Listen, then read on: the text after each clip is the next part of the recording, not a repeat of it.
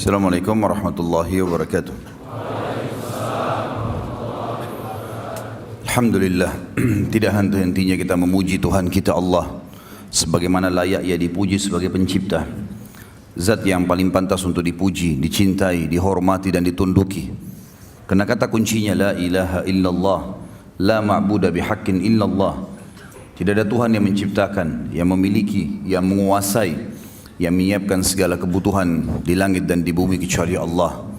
Tidak beranak dan tidak diperanakkan dan tidak ada sekutu baginya dalam setiap kegiatannya. Dan Dia telah menggantungkan segala kebutuhan kita dengan kalimat yang sederhana namun penuh dengan berkah dalam memuji namanya Alhamdulillah. Maka selalulah ucapkan kalimat ini.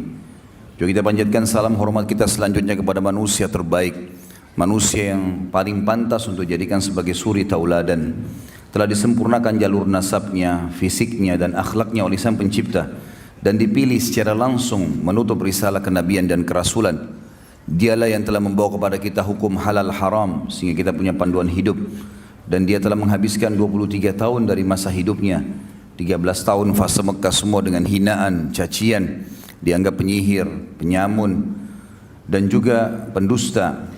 Kemudian di fase Madinah 10 tahun dianggap sebagai atau masa penyempurnaan agama Islam, sehingga kita mengetahui bagaimana jejak perjuangan yang luar biasa ini. Dan wajar sekali kalau kita menghormati manusia terbaik ini. Terlebih lagi Sang Pencipta Allah telah menjadikan mengucapkan salam hormat kepada manusia terbaik ini sebagai ibadah, dan siapapun yang mengucapkannya akan dibalas 10 kali oleh Sang Pencipta Allah di saat itu juga. Artinya tambahan rahmat dan karunia. Maka sangat wajar kalau kita selalu membacakan salawat dan taslim kepada Nabi besar Muhammad sallallahu alaihi wasallam. Tidak pernah teman-teman sekalian kita melupakan syukur yang luar biasa atas nikmat Allah ini, karena kita sudah termasuk menyelesaikan sekian puluh serial sahabat.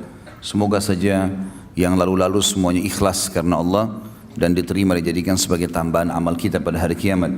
Dan bagi yang belum sempat mengikuti, silakan bisa diambil di YouTube insyaAllah, di-download gratis dan dibagikan juga. Kami harapkan tidak dikomersialkan sama sekali, karena kalau komersial kami tidak izinkan, demi untuk mendapatkan pahala bersama insyaAllah. Kemudian kita akan melanjutkan bahasan kita pada siang ini. Semoga Allah berkahi kepada pemimpin para syuhada Hamzah bin Abdul Muttalib radhiyallahu anhum. Hamzah, teman-teman sekalian, sosok yang susah sekali sebenarnya untuk digambarkan kepribadian. Penuh dengan semua kelebihan seorang laki-laki. Fisiknya kuat, kulitnya putih, tampangnya tampan, ya. Kemudian orang yang memiliki prinsip dalam kehidupan, benar-benar salah-salah. Dan Hamzah ini radhiyallahu anhu, nasabnya adalah Hamzah bin Abdul Muttalib bin Hashim, dan punya kunya Abu Umarah atau Abu Ya'la. Ada dua.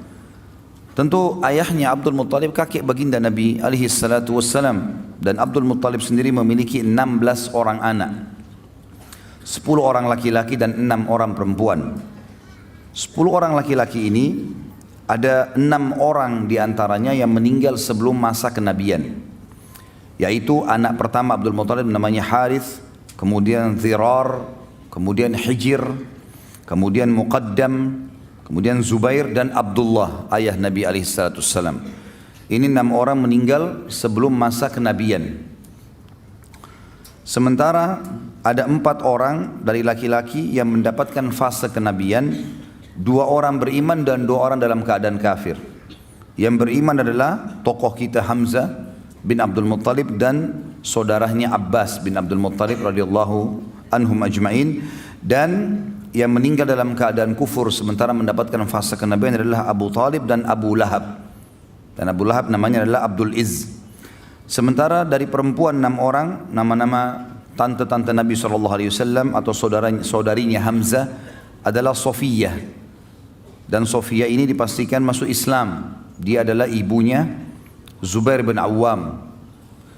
Kemudian Ummu Hakim, Atiqah, Umaymah, Afwah dan Bariyah. 6 orang nama ini, nama perempuan Sofiyah, Ummu Hakim, Atiqah, Umaymah, Afwah dan juga Bariyah. Ya. Ini semuanya disebutkan, yang saya temukan adalah yang masuk Islam Sofia. Kalau yang lain Allahu alam saya belum temukan. Kalau teman-teman temukan, alhamdulillah bisa jadikan sebagai referensi. Ibu beliau bernama Hawla binti Wuhaib dari Bani Zuhrah, dan dia lahir bersamaan dengan lahirnya Nabi Muhammad alaihissalatu wassalam. Ya, jadi memang walaupun dia posisinya paman, tapi lahirnya tahun yang sama dengan lahirnya Nabi SAW. Makanya dikatakan Hamzah seumur dengan Nabi SAW. Dan selain paman, juga seumur dengan Nabi SAW, dia juga adalah saudara susuan Nabi SAW. Ya. Jadi ada seorang wanita yang saya lihat hampir semua ulama-ulama yang menyusun sejarah mengatakan yang menyusui mereka berdua, Thuwaibah maula Abu Lahab. Thuwaibah, seorang budak wanita, pernah menyusui Nabi SAW dan pernah juga menyusui Hamzah dalam waktu yang seketika. Maka dia katakan saudara susu Nabi SAW.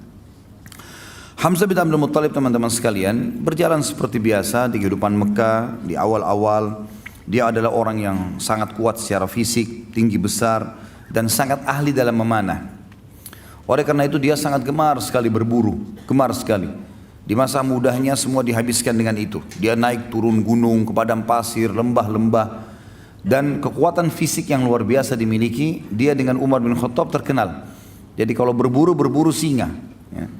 Dan bukan berburu rusa atau kelinci seperti antum, ya. Ini berburu singa. Dan singa ini kalau setelah diburu, ya, dan mati, memang semasa jahiliyah mereka belum tahu masalah hukum halal haram memakan ini. Maka Hamzah radhiyallahu anhu memikul singa itu di pundak sebelah kirinya dengan satu tangan, dan satu tangan yang satu memegang busur panah. Dan untuk membunuh singa dengan anak panah ini nggak gampang. Anak panah tidak semudah itu bisa menembus kulit yang tebal. Tapi kuasa Allah, dia diberikan kelebihan itu radhiyallahu anhu. Di awal Islam tentunya, waktu Nabi SAW mengumandangkan Islam, dia tidak terpengaruh, tidak juga mau masuk Islam, tidak juga membenci Nabi SAW. Berbeda dengan Abbas. Abbas radhiyallahu anhu, nanti kita akan jelaskan, dia tidak masuk Islam untuk menjaga hubungan dengan kaumnya, tapi dia suka dengan Islam. Hamzah tidak cenderung kepada keduanya. Tidak ikut-ikutan membenci Islam, tidak juga mendukung keponakannya. Makanya yang paling condong mendukung itu adalah Abu Talib sebenarnya. Tapi yang jelas teman-teman sekalian, ada satu kejadian, dengan hikmah Allah terjadilah masuk Islamnya tokoh kita ini. Dengan tiba-tiba begitu saja. Kisahnya adalah, pernah satu waktu Nabi SAW waktu di Mekah selalu dicaci maki. Dan caci makian ini selalu dianggap biasa oleh baginda Nabi SAW. Biasa sekali dianggap, sudahlah, kamu penyihir, didiamin. Kamu penjahat, didiamin. Kamu penyamun, dibiarin.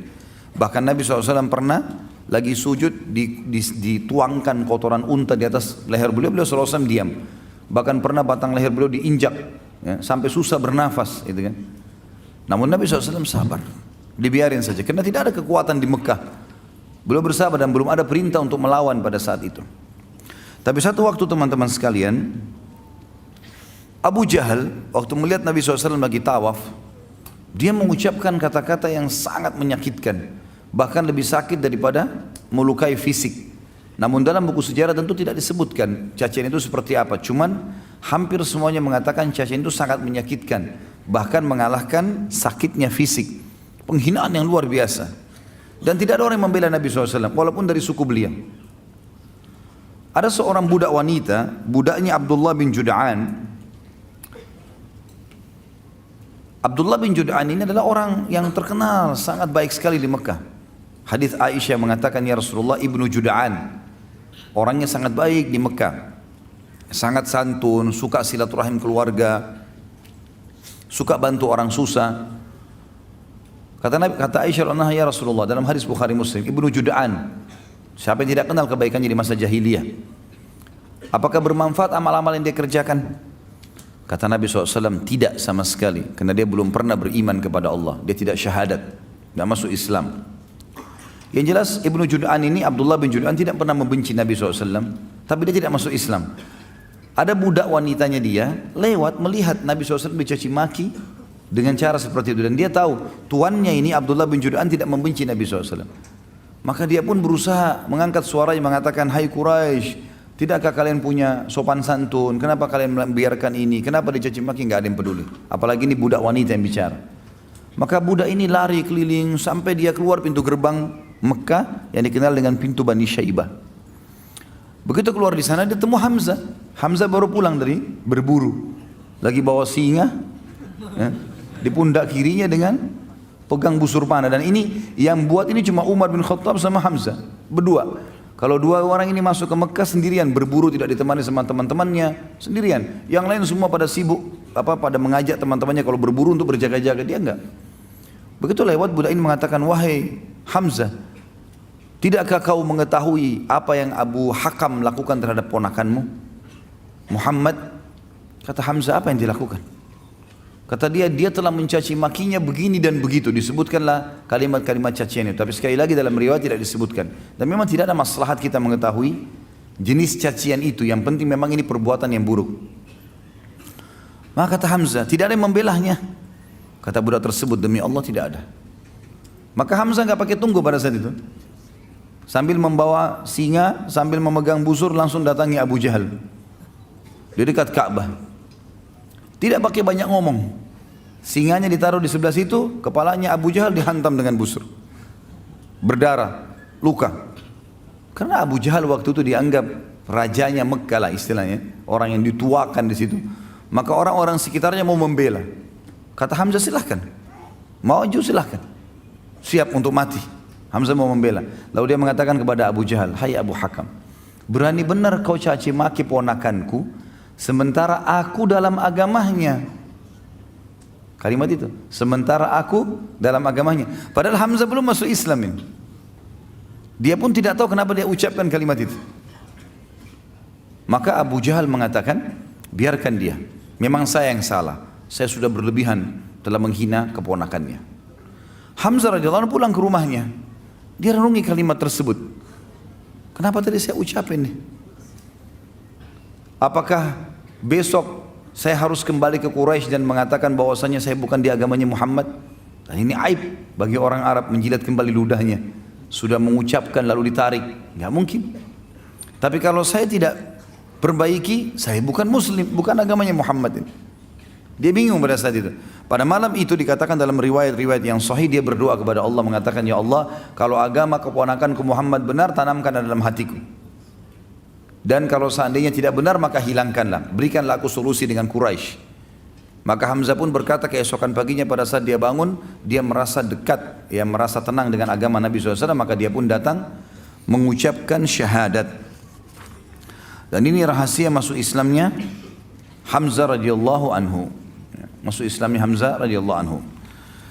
Berjalanlah waktu pada saat itu teman-teman sekalian, waktu dia sudah syahadat, maka orang-orang di Darun Nadwa, tempat berkumpulnya Nabi SAW dan orang-orang kaum muslimin, mereka bergembira, mereka bertakbir. Dan orang-orang Quraisy pada saat tahu Hamzah masuk Islam juga takut. Mereka takut karena Hamzah sendirian bisa melawan banyak orang Quraisy. Dan selalu saja kalau ada orang-orang muslim lagi menuju ke Darun Nadwa, maka Hamzah berada di pinggir jalan dengan kudanya, mendampingi sendirian. Sampai kaum muslimin masuk ke Darun Nadwa, maaf bukan Darun Nadwa, Darul Arqam. Darun Nadwa ini tempat kumpulnya orang Quraisy. Darul Arqam tempat berkumpulnya Nabi SAW berdakwah. Di rumahnya ya, seseorang yang bernama dikenal dengan Arqam. Yang jelas Nabi SAW merasa tertolongkan dengan Hamzah. Tapi Hamzah sendiri nggak cukup. Hamzah nggak bisa sendirian juga membela. Sementara muslimin banyak dari kaum yang lemah, dari budak-budak yang tidak punya kedudukan. Dan halal untuk dibunuh pada saat itu. Kalau ada yang membunuh muslim tidak dihukum. Siapa saja mau bunuh mereka silakan. Jadi betul-betul tidak ada kedudukan. Sampai nanti Umar bin Khattab masuk Islam, barulah mereka berdua menguatkan posisi muslimin. Tapi tentu kita tidak bahas masalah Umar, kita bahas masalah Hamzah radhiyallahu anhu majma'in. Hamzah ini teman-teman sekalian menikah dengan 3 orang wanita. Tentu yang pertama dikenal dengan dalam buku-buku sejarah binti Mallah atau Mullah, ya, bin Ubadah. Jadi tidak disebutkan, saya tidak temukan namanya wanita ini. Dan Allah mengaruniakan dia 2 orang anak, Ya'la dan Amir. Ya'la dan Amir dikenal dengan putri binti Ma'lah atau Mallah. Yang kedua dia menikah dengan Khawla binti Qais. Dan Allah karuniakan dia anak satu namanya Umarah. Dan kemudian yang ketiga Salma binti Umais. Salma binti Umais. Dan dikaruniai anak Umamah. Jadi ada 3 orang istri. Putrinya ya, Malla bin Ubadah, dan ada anak 2 Ya'la dan Amir. Dari istri yang kedua Khawla binti Qais, dan ini dikaruniai anak Umarah, dan juga Salma binti Umais dikaruniai Umamah. Jadi Hamzah di sini berarti memiliki kurang lebih 4 orang anak. 4 orang anak. Hamzah radhiyallahu anhu pada saat dikumandangkan hijrah oleh Nabi SAW ke Madinah, maka dia pun hijrah. Dan kiprahnya lebih banyak kelihatan pada saat sudah hijrah ke Madinah. Termasuk yang paling pertama, yang paling menonjol, karena memang seperti judul kita Hamzah, mimpin para syuhada, adalah medan perang. Medan perang ini adalah sebuah hal yang luar biasa bagi Hamzah radhiyallahu anhu. Sampai-sampai waktu Nabi SAW membentuk brigade pertama atau Sariyah pertama. Sariyah kurang lebih 3-100 orang pasukan diutus untuk mengejar pasukan Quraisy. Itu terjadi di tahun 1 Hijriah. Awal hijrah Nabi SAW mengajak para sahabat untuk membentuk Sariyah. Berkumpullah beberapa sahabat dan yang paling di depan adalah Hamzah radhiyallahu anhu. Langsung dia mengatakan saya ikut ya Rasulullah, dan Nabi SAW memilih dia sebagai pemimpin pada saat itu. Rasulullah SAW mengutus pada saat itu 30 orang muhajirin untuk menghadang kafilah dagang orang-orang Quraisy yang pulang dari negeri Syam, dan pada saat itu dipimpin oleh Abu Jahal bin Hisham, dan dia memiliki 300 orang pengawal. Bertemulah 30 lawan 300, dan Hamzah memotivasi mereka untuk mati syahid. Maka pada saat sudah akan berhadapan dan Abu Jahal pun tidak bisa menghindar, dia harus berhadapan.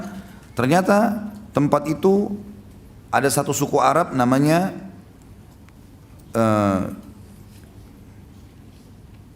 pemimpinnya namanya Majdi bin Amir al-Juhani. Dan di sini suku adalah suku al-Juhani, berarti sekutu pada saat itu, ya, sekutu kedua belah pihak. Dia sama Muslim punya urusan kerjasama, sama Quraisy juga ada urusan kerjasama. Lalu Majdi berusaha masuk di tengah-tengah lalu mengatakan tidak ada peperangan di wilayah saya. Kalau mau berperang silakan di luar, tapi di sini jangan.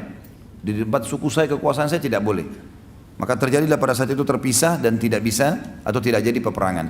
Dan Hamzah pulang sesuai dengan instruksi Nabi SAW. Kalau kafilah Quraisy dapat, serang, ambil. Kalau enggak, maka pulanglah. Dan juga kita perlu ketahui di sini teman-teman sekalian, baginda Nabi SAW membentuk, kalau setiap kali mau serang kafilah Quraisy, itu umumnya yang dijadikan pemimpin dan dijadikan sebagai pilihan untuk bisa menyerang adalah orang-orang Mekah. Karena memang mereka punya hak. Dan di sini perlu kita luruskan pemahaman yang mengatakan seakan-akan umat Islam atau Nabi SAW menghalalkan merampok. Ini bukan merampok. Karena umumnya muslimin yang hijrah ke Madinah, hartanya di Mekah diambil semua. Termasuk Nabi SAW. Rumahnya Nabi sendiri diperjualbelikan oleh Quraisy, diambil. Rumah Nabi, rumahnya Khadijah dulu besar sekali di Mekah. Khadijah termasuk orang nomor 1 paling kaya di Mekah. Tapi diambil, direbut oleh orang-orang Quraisy dan diperjualbelikan. Diambil oleh tokoh-tokoh mereka lah. Maka Nabi SAW menyuruh para muhajirin mengambil hak mereka kembali. Karena biasanya kafilah-kafilah dagang ini yang pergi ke negeri Syam, itu yang punya adalah pemimpin-pemimpin Quraisy. Termasuk Abu Jahal, Abu Sufyan, Umayyah bin Khalaf dan seterusnya. Maka Nabi SAW menyuruh muhajirin untuk menyerang. Ini maksudnya. Jadi tidak ada sama sekali unsur merampok di sini. Dan jangan disalahfahami teman-teman sekalian. Mungkin ada orang mengatakan, kan Nabi SAW dulu sering utus ya menyerang kafilah-kafilah Quraisy. Berarti sekarang kita boleh menahan atau mengambil, merampas dagangannya orang kafir. Ini pemahaman yang salah ini. Ya. Tidak boleh seperti itu. Di sini ada alasan syar'i. Kalau satu suku, satu negara memang dasarnya mengambil, merampas hak kita lalu kita menyerang, itu berbeda.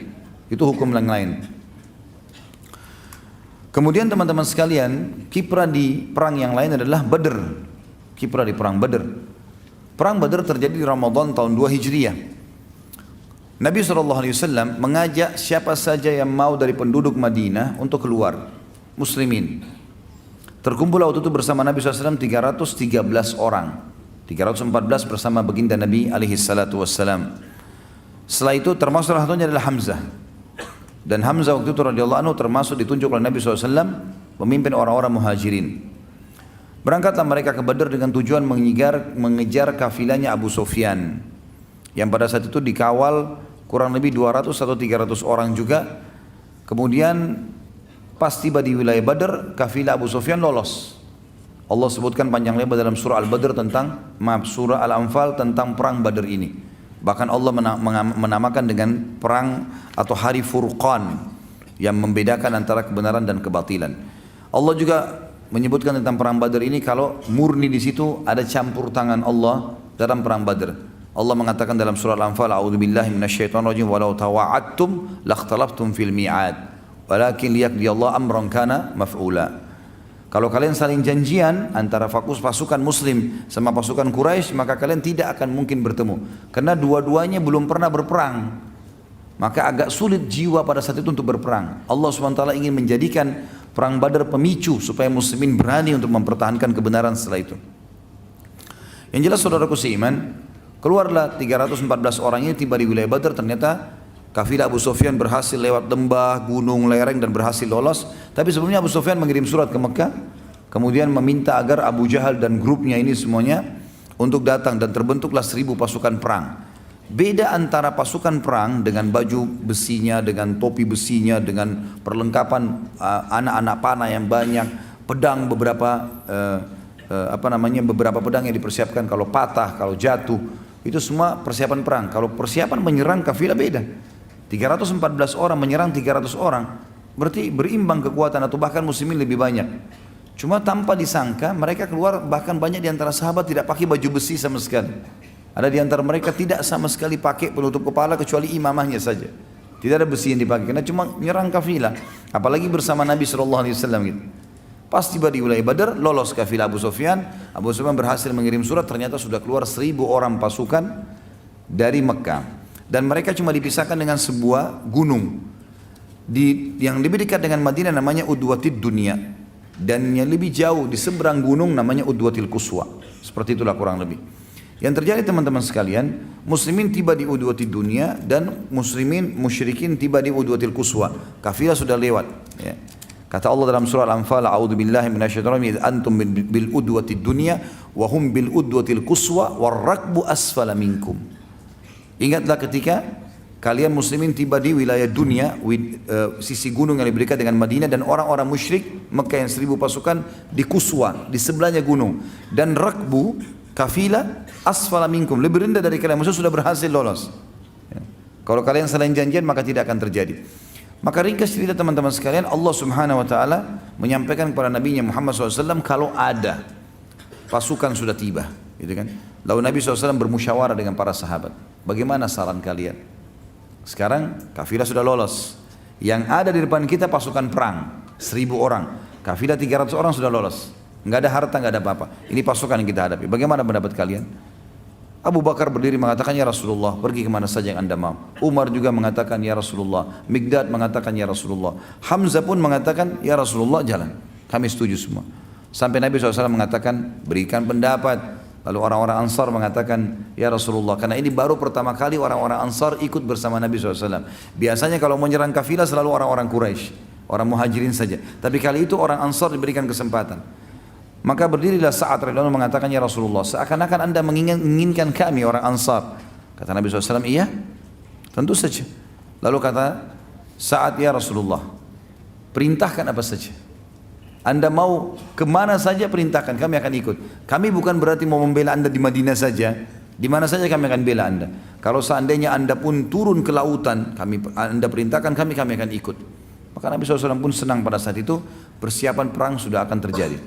Ringkas cerita pernah saya ceritakan, tentu ini peperangan mulailah mau berkecamuk, tapi malam harinya Allah turunkan hujan yang lebat di tempatnya orang-orang musyrik sampai membuat baju mereka basah semua, kuda mereka basah, jalanannya jadi becek, semuanya jadi sulit untuk berperang, dan mereka malam itu tidak bisa tidur sehingga mereka letih. Di tempat muslimin turun hujan gerimis, dan hujan gerimis ini menyebabkan para sahabat ngantuk, sampai ada di antara mereka dalam riwayat Bukhari mengatakan di perang Badar setiap kali dia berjaga, dia bilang, satu malam itu bisa 10 kali pedang saya jatuh kena ngantuknya.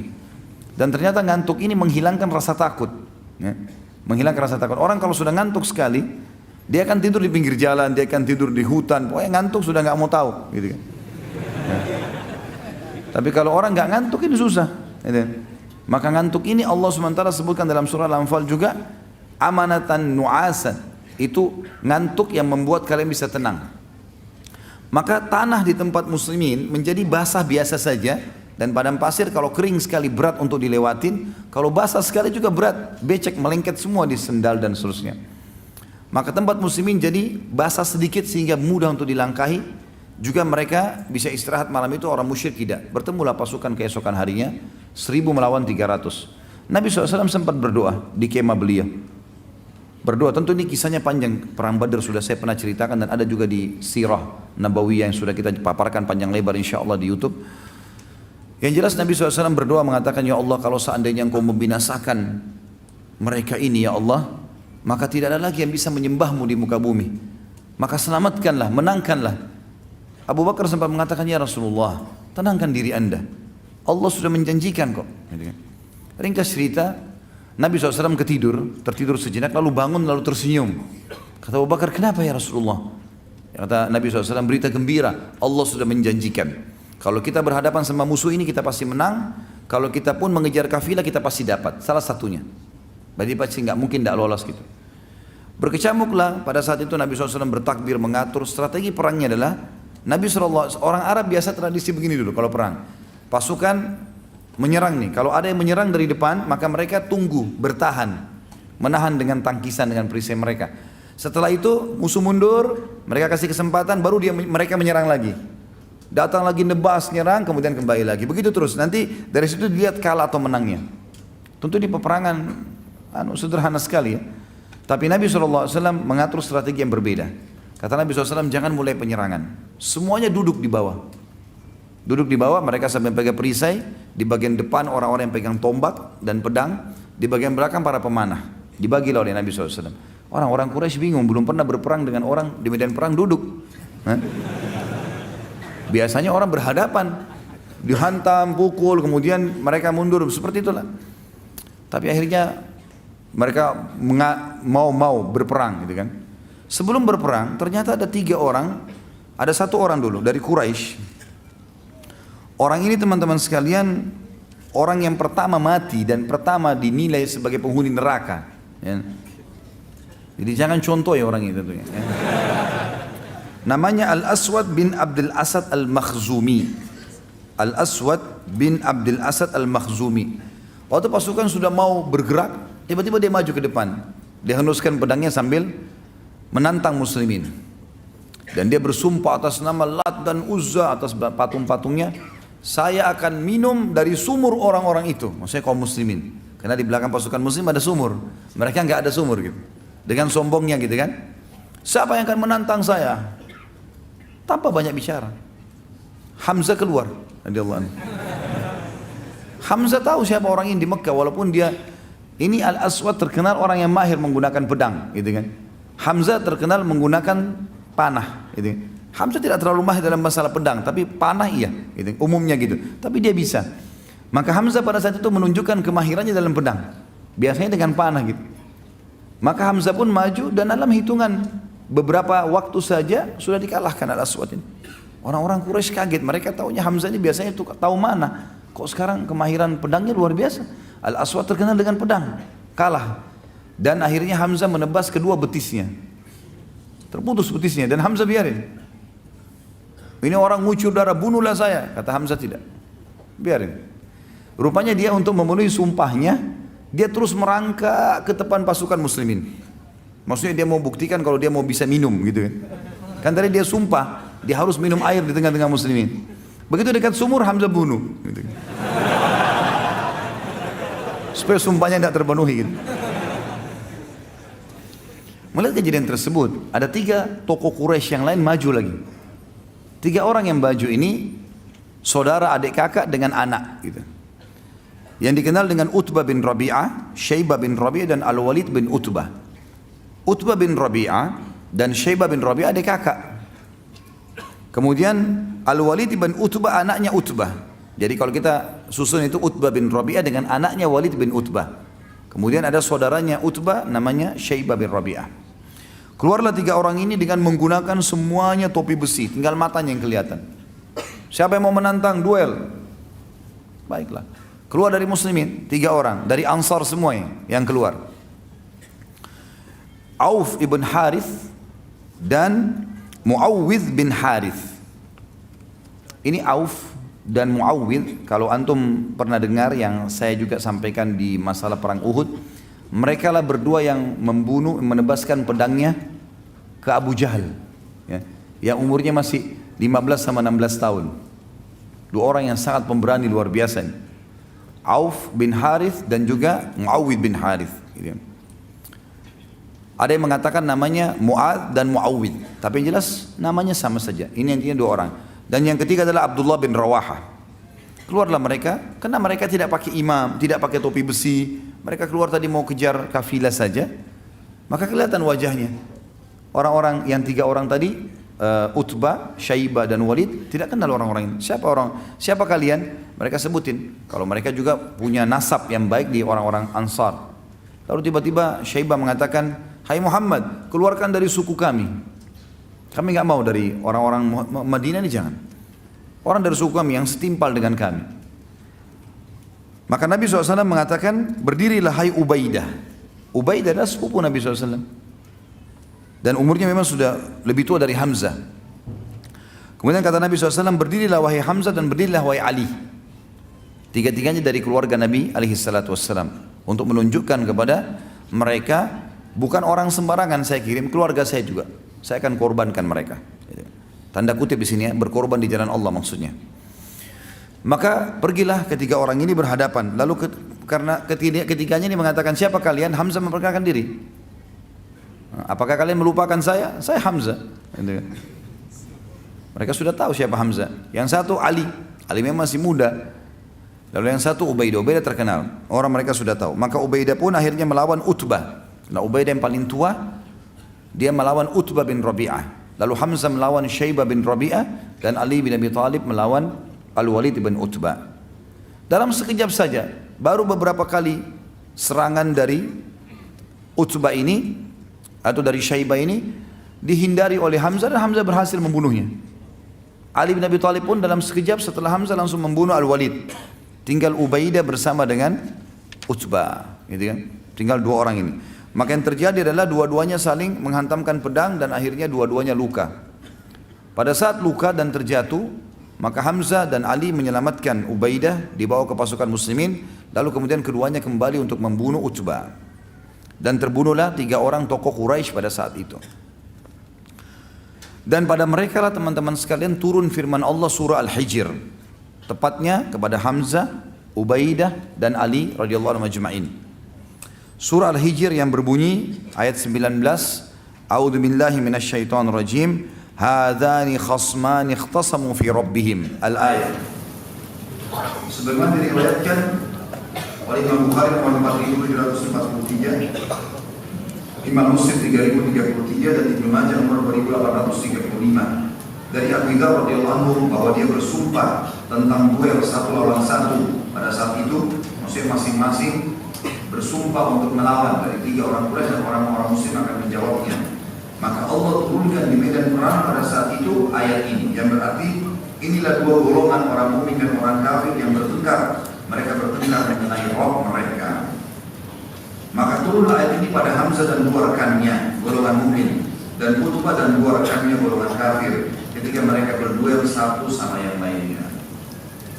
Tentu setelah itu teman-teman sekalian terjadilah hikmah yang sangat besar dari Hamzah radhiyallahu anhu. Orang-orang Quraisy sudah tidak lagi duel, mereka mulai memicu motivasi dan yel-yelnya untuk menyerang. Akan mereka untuk bersiap-siap dan tetap duduk. Maka orang Quraisy mulai menyerang. Begitu mereka menyerang, karena orang di bawah mereka bingung mau menyerang seperti apa. Begitu mendekat, mereka coba mau tebasin pedang, ditangkis. Ternyata begitu mendekat, orang-orang di bagian depan yang pegang tombak menusukkan tombak-tombak ke kuda mereka, dan akhirnya banyak yang mati, korban dari orang Quraisy, jatuh. Barulah Nabi SAW suruh menyerang mereka, anak-anak panah dilemparkan ke arah mereka. Akhirnya sampai ya, peperangan berkecamuk dan sangat seru pada saat itu, karena orang-orang Quraisy juga melempar anak panahnya. Hanya saja Hamzah dan Ali ya, ini berdua dengan ada satu lagi namanya Asim. 3 orang ini radhiyallahu anhu ajma'in. Kalau tidak salah dari riwayatnya menjelaskan Zubair bersama mereka, berempat. Mereka ini sepakat untuk menyerang pemegang benderanya Quraisy. Dan pada zaman dulu sudah pernah saya jelaskan ini, kalau bendera itu simbol kemenangan. Kapan masih ada benderanya, walaupun tinggal satu orang prajurit tetap menang. Walaupun jumlahnya ribuan tapi bendera nggak ada jatuh berarti kalah. Seperti itulah. Maka 4 orang ini sepakat, kita nggak usah ya melawan umumnya orang-orang, cari mana pemegang bendera dari jauh kelihatan, serang ke sana. Maka sepakatlah 4 orang ini untuk masuk dan berhasil. Yang memegang kebetulan bendera ini adalah suku Abdiddar. Suku Abdiddar ini teman-teman sekalian adalah Abdiddar sama Abdul Manaf, saudara kandung dalam jalur nasabnya Nabi SAW. Abdul Manaf dan Abdiddar sekandung. Dari Abdul Manaf turun dan Nabi SAW, Hamzah dan semuanya ini. Dari Abdiddar turun yang lainnya gitu ya. Tapi yang jelas dua ini dulu ini bersaudara dan satu jalur. Yang memegang bendera yang dalam keadaan kafir suku Abdiddar, artinya masih keluarganya Hamzah. Keluarganya Ali radhiyallahu anhu. Tapi Hamzah di sini luar biasa, tidak mempedulikan lagi di kancah peperangan masalah kebenaran walaupun keluarga. Sudah beda di sini. Beda kalau di ajang dakwah itu lain. Di kehidupan kita seperti sekarang lagi tenang itu tidak ada masalah. Kita tidak boleh berperang. Tapi di kancah peperangan sudah beda kasusnya. Sudah nggak ada lagi perbedaan di sini. Yang jelas teman-teman sekalian, Hamzah pun akhirnya menyerang pemegang bendera pertama, dan biasanya pemegang bendera ini orangnya sangat kuat. Karena kalau bendera jatuh berarti jadi masalah. Dalam sedikit saja gerakan Hamzah berhasil membunuhnya. Dibantu dikelilingi oleh 3 orang sahabatnya, Ali, Subair dan juga Asim. Yang satu lagi berdiri, ada 11 anak orang dari turunan Abdiddar ini yang siap untuk ya. Ini kalau tidak salah nama ayahnya Talha, Abu Talha dikenal. Maka dibunuhlah yang pemegang bendera kedua, yang ketiga, yang keempat, sampai 11 orang pemegang bendera dibunuh semuanya. Dan dari 11 orang ini 9 orang dibunuh oleh Hamzah. Gitu kan? Hamzah radhiyallahu anhu yang membunuhnya. Padahal Nabi SAW sudah mengatakan tidak akan bersatu antara seorang muslim dan kafir di neraka. Siapa yang berhasil bunuh satu orang kafir di kancah peperangan, kalau jihad yang benar, maka tidak akan bersatu antara dia sama kafir itu di neraka. Artinya dijamin masuk surga. Hamzah membunuh 9 orang pada saat itu. Ali membunuh 1, Zubair 1, Asim 1. Gitu kan? Yang lainnya 1-1. Hamzah 9. Pada saat 9 orang itu sudah jatuh, gitu kan? 11 orang itu sudah mati terbunuh. Tinggal ada 1 orang budak lagi. Budak dari Abdiddar. Badannya sangat kekar, dia memegang bendera tersebut lalu dia menggoyangkan. Pada saat dia lagi menggoyangkan itu, yang mengejar budak ini adalah Asim. Hamzah dengan Ali dan Zubair sudah melihat, oh sudah selesai, bendera sudah jatuh, nggak mungkin. Mereka pas mau balik ternyata budak ini berdiri. Asim lah yang mendekati. Ada satu perempuan, saudarinya 11 orang yang mati melihat. Ternyata 11 orang saudaranya mati semua di dekat bendera. Dan waktu itu Asim mau membunuh yang budak yang terakhir, yang ke-12 sebenarnya. Orang lain ini, bukan orang yang punya kewajiban pada saat itu. Maka dia pun berteriak mengatakan, hai Quraisy, dia pikir Asim yang bunuh 11 orang ini. Hai Quraisy, siapa yang bisa mendatangkan kepada saya kepalanya Asim, maka saya akan bersihkan otaknya, batok kepalanya, lalu saya isi dengan emas, sejumlah itulah punyanya dia. Lalu saya akan minum khamr di batok kepalanya. Perempuan itu berkata gitu. Akhirnya orang-orang Quraisy banyak yang mendekati bendera mereka pada saat itu. Dan berhasil, pada saat itu orang-orang Quraisy banyak mengejar Asim, dan Asim sempat mundur, ya, artinya mencari lowongan kesempatan untuk menyerang yang lainnya. Sampai akhirnya orang-orang Quraisy terkalahkan pada saat itu karena budak ini berhasil dibunuh lagi oleh Hamzah. Jadi Hamzah memanuver dari belakang pasukan dan membunuh budak ini sehingga bendera jatuh. Dan waktu itu sudah tidak ada lagi berani yang memegang bendera karena bendera ini tertancapkan, dan di situ ada 12 orang yang memang ditugaskan Quraisy untuk memegang bendera. Maka kocar-kacirlah pasukan ini, bubar semuanya, gitu kan. Jadi kita bisa katakan teman-teman sekalian, kemenangan di Badar disebabkan oleh siapa? Setelah Allah SWT, Hamzah. Karena Hamzah membunuh 10 orang sekarang. 9 tadi dari memang pegang bendera, yang satu ini adalah budak yang juga memegang. Dan akhirnya gara-gara itu lemahlah pasukan Quraisy, terkalahkan mereka. Pada saat itu teman-teman sekalian, menanglah muslimin dan dikatakan dengan hari Furqan. Dan Nabi SAW mengatakan, Allah telah memberitahukan kepadaku bahwasanya penghuni Badar yang hadir di Badar boleh berbuat apa saja dan Allah sudah maafkan kesalahan mereka. Dan Hamzah adalah salah satunya. Ternyata pada saat pulang ke Mekah, Abu Sufyan merasa terpukul karena di perang Badar Semuanya tokoh-tokoh mereka mati. Abu Jahal, Umayyah bin Khalaf, tadi Utbah bin Rabi'ah, Syaibah bin Rabi'ah, Al-Walid, ini semua tokoh-tokoh Quraisy mati semua. Ya, Quraisy banyak sekali, sekitar 70 atau berapa orang yang mati semuanya. Maka Abu Sufyan bilang jangan ada yang bersedih. Nanti muslimin merasa tamak dengan kita. Kita harus bentuk pasukan, tahun depan serang. Tahun depannya, tahun 3 Hijriah terjadilah perang Uhud. Ya. Waktu pasukan Quraisy keluar dari Mekah jumlahnya 3.000 orang, Nabi SAW mendapatkan wahyu untuk perang Uhudnya. Nabi SAW musyawarah dengan para sahabat, dihadiri juga oleh Hamzah pada saat itu. Ini orang-orang Quraisy sudah keluar dari Mekah nih. Mereka sudah menuju ke Uhud, dan Uhud itu masih wilayah haram. Wilayah haramnya Madinah, tapi di luar pintu gerbangnya Madinah. Jadi kalau Madinah dulu ada benteng yang besar, Uhud di luarnya, pas keluar pintu gerbang langsung Uhud. Walaupun dia masuk wilayah haram, makanya sekarang masuk wilayah Madinah. Quraisy sudah akan menuju ke situ dan sebentar lagi tiba. Maka Nabi SAW musyawarah dengan para sahabat. Jadi perjalanan Mekah Madinah itu 3 hari. Ini tinggal 1 hari lagi perjalanan Quraisy akan tiba dan Nabi SAW dapat wahyu. Maka yang terjadi apa jalan keluarnya? Keluar menghadapi atau bertahan di benteng Madinah? Bermusyawarah. Begitu Nabi SAW mengatakan bagaimana pendapat kalian? Yang paling pertama bicara Hamzah. Radhiyallahu anhu, ya Rasulullah, keluar saja hadapi mereka. Apa yang harus kita takuti? Gitu. Ada beberapa orang di antara sahabat yang setuju dengan pendapat itu. Ada juga yang mengatakan tidak ya Rasulullah, kita bertahan saja di Madinah. Di antaranya yang banyak mau bertahan di Madinah pada saat itu adalah orang-orang munafik. Orang-orang munafik. Ya. Tentu ada di antara sahabat yang normal, artinya bukan munafik, tapi kebanyakan mendapat orang munafik ini. Nabi SAW sempat bilang, saya bermimpi semalam, saya melihat pedang saya bengkok, kemudian ada sapi yang disembelih, kemudian saya masuk ke sebuah benteng yang besar yang saya berlindung padanya. Kata para sahabat, apa takwilnya ya Rasulullah?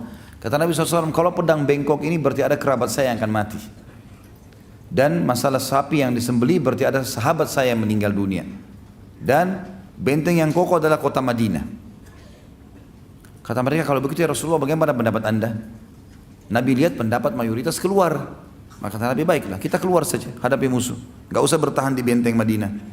Nabi SAW masuk ke dalam rumah beliau, lalu kemudian pakai baju perang, siap semuanya, suruh Aisyah siapin semua perbekalan. Begitu beliau keluar, rupanya para sahabat sempat diskusi, diantaranya Hamzah.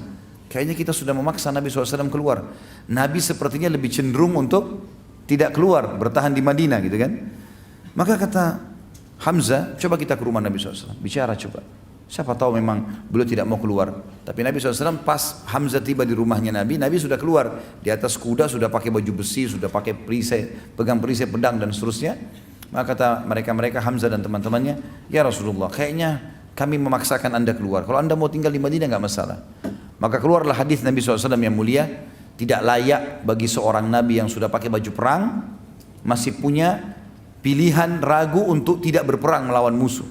Kalau sudah pakai baju perang begini nggak ada ceritanya, nggak boleh lagi dibatalin, gitu kan? Tidak layak seorang nabi sudah mempersiapkan untuk perang lalu kemudian dia membatalkannya sampai Allah menunjukkan dia kayak menang atau musuhnya yang menang. Maka akhirnya pasukan pun keluar. Teman-teman sekalian, masuklah pada saat itu di wilayah Uhud. Nabi SAW keluar dari benteng. Kalau kita ibaratkan misal kotak di depan saya ini, ya, mik ini misalnya adalah kota Madinah, keluar di sebelah kanannya itu adalah Uhud, di sebelah kirinya adalah kota Mekah. Pasukan musuh datang dari sana untuk menyerang Madinah. Nabi SAW keluar dari pintu gerbang sebelum mereka tiba beberapa saat, lalu memanuver dari perkebunan kurma yang ada di sekitar gunung Uhud. Mutar, termasuk ada kebunnya satu orang munafik yang ngotot supaya pasukan muslim tidak lewat di situ. Tapi Nabi SAW suruh pasukan lewat, gitu kan? Kata Nabi SAW, kebetulan dia buta matanya dan caci maki Nabi SAW, caci maki Islam. Tapi ngaku muslim, kata Nabi SAW, ini orang buta matanya dan buta hatinya. Ya. Maka Nabi SAW lewat dengan pasukan sampai manuver ada di depannya Uhud. Jadi sudah menghadap ke Mekah, gitu kan? Pasukan Quraisy itu tiba melihat kejadian tersebut, mereka juga sudah mengatur balik. Tadinya mau menyerang Madinah, sekarang menghadap ke pasukan muslimin. Tentu kita sudah tahu di perang Uhud Nabi SAW taruh 50 pemanah di atas gunung pemanah. Nanti akhirnya ada 43 orang yang turun dan meninggalkan instruksi Nabi SAW sehingga menyebabkan kalah. Kemudian ada 7 orang yang dibunuh oleh pasukan Khalid bin Walid. Yang jelas Pasukan Quraisy 3.000 orang, 2.800 di kancah peperangan, 200 orang di sebuah lembah di dekat Gunung Pemana dipimpin oleh Khalid bin Walid pada saat itu. Dengan Amr bin As, dua orang ini terkenal pada saat itu, nanti dia masuk Islam tentunya. Itu sebagai pimpinan Quraisy yang di dalam pasukan 200 orang, di antaranya Ikrimah bin Abi Jahal, yang sudah kita jelaskan pada pertemuan yang lalu. Yang jelas teman-teman sekalian, terjadilah pada saat itu pasukan bertemu, ini 650 orang lawan 2.800. Sekali lagi, kiprah Hamzah radhiyallahu anhu luar biasa. Hamzah melakukan hal yang sama di perang Badar, mencari mana pemegang benderanya Quraisy. Dia sepakat lagi sama Ali, Zubair, Asim, yang lalu-lalu semuanya, dan ada beberapa orang sahabat sampai 7 orang siap untuk menyerang bendera. Begitu takbir, percikan takbir, maka terjadilah pada saat itu peperangan dan berhasil membunuh banyak sekali pemegang bendera. Setiap pemegang mati, setiap pemegang mati. Akhirnya Quraisy kocar kacir. Ditambah lagi dengan pemanah yang 50 orang di atas ini luar biasa. Memanah ke arah pasukan Quraisy. Kalau 50 anak panah lepas dan tepat sasaran, 50 orang mati seketika. Dan orang-orang pemanah ini mahir, melempar panah, cabut lagi dengan cepat sekali. Dalam satu kotak bisa 100 panah, gitu kan. Kemahiran yang luar biasa sebenarnya. Akhirnya Quraisy kocar-kacir, dan pada saat itu para sahabat menggambarkan, kami melihat kancah peperangan kosong, nggak ada sama sekali Quraisy. Bahkan mereka meninggalkan kaum wanita mereka. Termasuk tradisi orang Arab pada saat itu sangat aib meninggalkan wanita di kancah peperangan. Lebih baik dia mati daripada meninggalkan perempuan. Tapi waktu itu perempuan semua kelihatan tidak bisa lari. Laki-lakinya semua sudah lari pakai kuda, gitu kan. Maka mereka naik ke bukit-bukit kelihat. Para sahabat tentu memunguti harta rampasan perang, dan terjadilah hal yang diinginkan dengan hikmah Allah Subhanahu wa taala. Turunlah 43 orang dari pemanah tadi. Hamzah dengan teman-temannya 650 orang ini, kurang lebih 600 orang pasnya, karena 100 orang ada di belakang. 600 orang ini semuanya ya mengejar musuh yang 2000 itu. Memastikan mereka agar jauh dari Madinah, gitu kan, begitu dikejar. Hamzah termasuk yang mengejar tadi. Ada sebagian orang yang memungut harta rampasan perang, sekitar mungkin 100 orang kalau kita total jumlahnya, bersama dengan 50 orang pemanah di atas. Maka yang 43 orang dari pemanah mengatakan kayaknya sudah habis nih, sudah nggak ada lagi musuh. Ayo kita turun. Abdullah bin Jubair, pemimpin mereka di atas bukit pemanah, mengatakan jangan. Rasulullah SAW menginstruksikan jangan turun, menang atau kalah. Maka mereka mengatakan tidak ada lagi, hai Abdullah, apalagi mau ditunggu. Mereka turun, akhirnya berkhianat di sini tanda kutip. Lalu Khalid bin Walid melihat kejadian tersebut, putar dari lembah, naik ke atas gunung, membunuh 7 orang. Kemudian Khalid bin Walid menyerang dari belakang. Pada saat diserang dari belakang teman-teman sekalian, maka 600 orang tadi sudah jauh ke depan. Yang di bawah sisa 100-an saja. Maka ini diserang oleh Khalid bin Walid. Terjadilah pada saat itu korban yang sangat banyak, luka, mati dan seterusnya. Lalu bendera orang Quraisy yang jatuh diangkat oleh Khalid bin Walid dengan pasukannya. Lalu pasukan Khalid terbagi dua. Ada yang menyerang Nabi SAW yang berada di dekat bukit Uhud. Ada yang menyerang, menghabiskan atau berusaha membunuh kurang lebih 100 orang sahabat yang ada di situ. Pada saat itu bendera berdiri dari jarak jauh. Yang 2000 orang tadi yang lari itu melihat bendera berdiri lagi di kancah peperangan. Mereka kembali. Dan pada saat mereka kembali, pasukan muslimin yang mengejar juga melihat, kok bisa kembali lagi. Mereka lihat ke belakang, ternyata bendera Quraisy berdiri. Mereka berusaha kembali duluan ke kancah peperangan sebelum orang-orang ini tiba gitu. Nah pada saat itu terjadi dua hal yang besar. Terjadi tabrakan antara pasukan muslim yang melarikan diri dari dikejarnya oleh Khalid bin Walid dengan pasukan 600 sahabat yang kembali. Sampai ada beberapa sahabat yang mati pada saat itu korban karena kesalah bunuh gitu. Ada sahabat yang membunuh sahabat Nabi yang lain karena tidak faham. Tapi ini dimaafkan oleh Allah SWT tentunya melalui lisan Nabinya Muhammad SAW. Ringkas cerita, rupanya sebelum berangkat pasukan Quraisy, ada satu orang yang sangat jengkel sekali dengan Hamzah. Dan orang ini sebenarnya Jubair bin Mut'im. Ya. Jubair bin Mut'im ini punya paman terbunuh pada saat itu di Badr dan dibunuh oleh Hamzah. Maka dia berkata kepada budaknya yang bernama Wahsy, berangkatlah bersama orang-orang jika engkau membunuh Hamzah, paman Muhammad, demi membalas dendam pamanku yang bernama Thu'aimah bin Adi yang dibunuh oleh Hamzah, maka engkau akan merdeka. Waktu masih di Mekah. Dan kebetulan memang si Wahsy ini orang yang sangat mahir. Saking mahirnya dia melempar tombak sampai dikatakan dia bisa melempar tombak memasuki sebuah lubang besi yang diputar dengan kencang, gitu kan? Kemudian dia bisa melempar dan bisa masuk ke tengah-tengahnya tanpa harus memberhentikan goyangannya besi itu. Jadi saking cepatnya, jadi besi bulat diikat dengan tali kemudian diputarin dengan kencang. Itu sementara berputar dia bisa lempar tombak melewatin tengah-tengah lubangnya tanpa memberhentikan goyangnya lingkarannya besi itu. Jadi sangat luar biasa terampilnya. Maka dia mengatakan kau akan bebas. Kata Wahsy, saya pun pada saat itu tidak berpikir apa-apa masuk kancah peperangan kecuali harus bisa membunuh Hamzah. Karena saya bebas, saya nggak ingin berperang. Waktu Hindun binti Utbah, istrinya Abu Sufyan, ayahnya dia Utbah bin Rabi'ah yang terbunuh pada saat duel di Badr, gitu kan? Utbah ayahnya dia dibunuh oleh Hamzah karena waktu Utbah duel sama Ubaidah kan terluka. Lalu kemudian waktu Ubaidah diselamatkan oleh Hamzah dan Ali, Hamzah menusuk Utbah. Syaibah pamannya Hindun juga dibunuh oleh Hamzah. Al-Walid saudaranya dia dibunuh oleh Ali, gitu kan? Maka dua orang sini ayah dan pamannya dibunuh oleh Hamzah. Maka dia pun memanggil Wahsy sambil mengatakan, hai Wahsy, selain majikanmu Jubair bin Mut'im yang akan menjanjikan kau bebasan, kamu lihat ini perhiasan saya. Dikeluarin satu kotak penuh perhiasan yang mahal sekali karena dia ratu Mekah. Ini semua jadi milikmu asal kau bunuh Hamzah. Kata Wahsy pada saat itu, saya benar-benar cuma berpikir pada saat itu bagaimana saya bisa mendapatkan kebebasan dan mendapatkan harta ini. Itu saja yang saya pikirin. Di sini ada satu hal yang menarik. Penulis mengangkat dalam buku tentang masalah, coba kita dengarkan bagaimana Wahsy menceritakan pada saat itu. Wahsy berkata, aku adalah hamba sahaya milik Jubair bin Mut'im. Paman Jubair yang bernama Thu'aimah bin Adi terbunuh dalam perang Badr. Ketika orang-orang Quraisy berangkat ke Uhud, Jubair berkata kepadaku, engkau merdeka jika engkau berhasil membunuh Hamzah paman Muhammad untuk membalas kematian pamanku. Wahsy berkata, lalu aku pun berangkat bersama pasukan. Aku laki-laki dari Habasyah yang mahir melempar tombak layaknya orang-orang Habasyah secara umum, dan bidikanku hampir selalu tepat sasaran. Ketika dua pasukan telah bertemu, aku keluar memata-matai Hamzah. Aku mengintainya sehingga aku melihatnya di antara pasukan yang berperang seperti unta abu-abu. Maksudnya unta abu-abu ini teman-teman sekalian, dikenal unta itu kalau dikatakan oleh orang unta abu-abu, unta yang perkasa, unta yang kuat, gitu kan?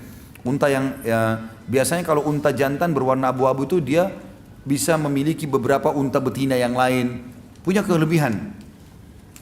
Dia memporak-porandakan musuh seperti atau dengan pedangnya, dia memporak-porandakan musuh dengan pedangnya dan tidak ada yang bisa menahannya. Demi Allah, kata Wahsy. Ini Wahsy cerita setelah masuk Islam ya.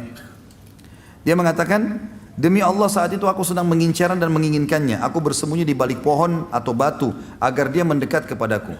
Tiba-tiba Siba' bin Abdul Izzah mendahuliku kepadanya. Ketika Hamzah melihatnya dia berkata, mendekatlah wahai anak wanita tukang khitan. Ya. Wahsy berkata, maka Hamzah menebasnya tepat di kepalanya. Jadi rupanya si Siba' bin Abdul Izzah ini ibunya itu tukang khitan di Mekah. Maka Hamzah ini kancah peperangan bisa diucapkan ya. Kalau di luar kancah peperangan kita nggak boleh nganggap remeh orang. Tapi di kancah peperangan dia menjatuhkan semangatnya si musuh. Dia bilang kalau mau lawan saya mendekatlah wahai anaknya wanita tukang khitan. Gitu. Begitu mendekat ditebas lehernya sama Hamzah seketika. Wahsy menceritakan itu.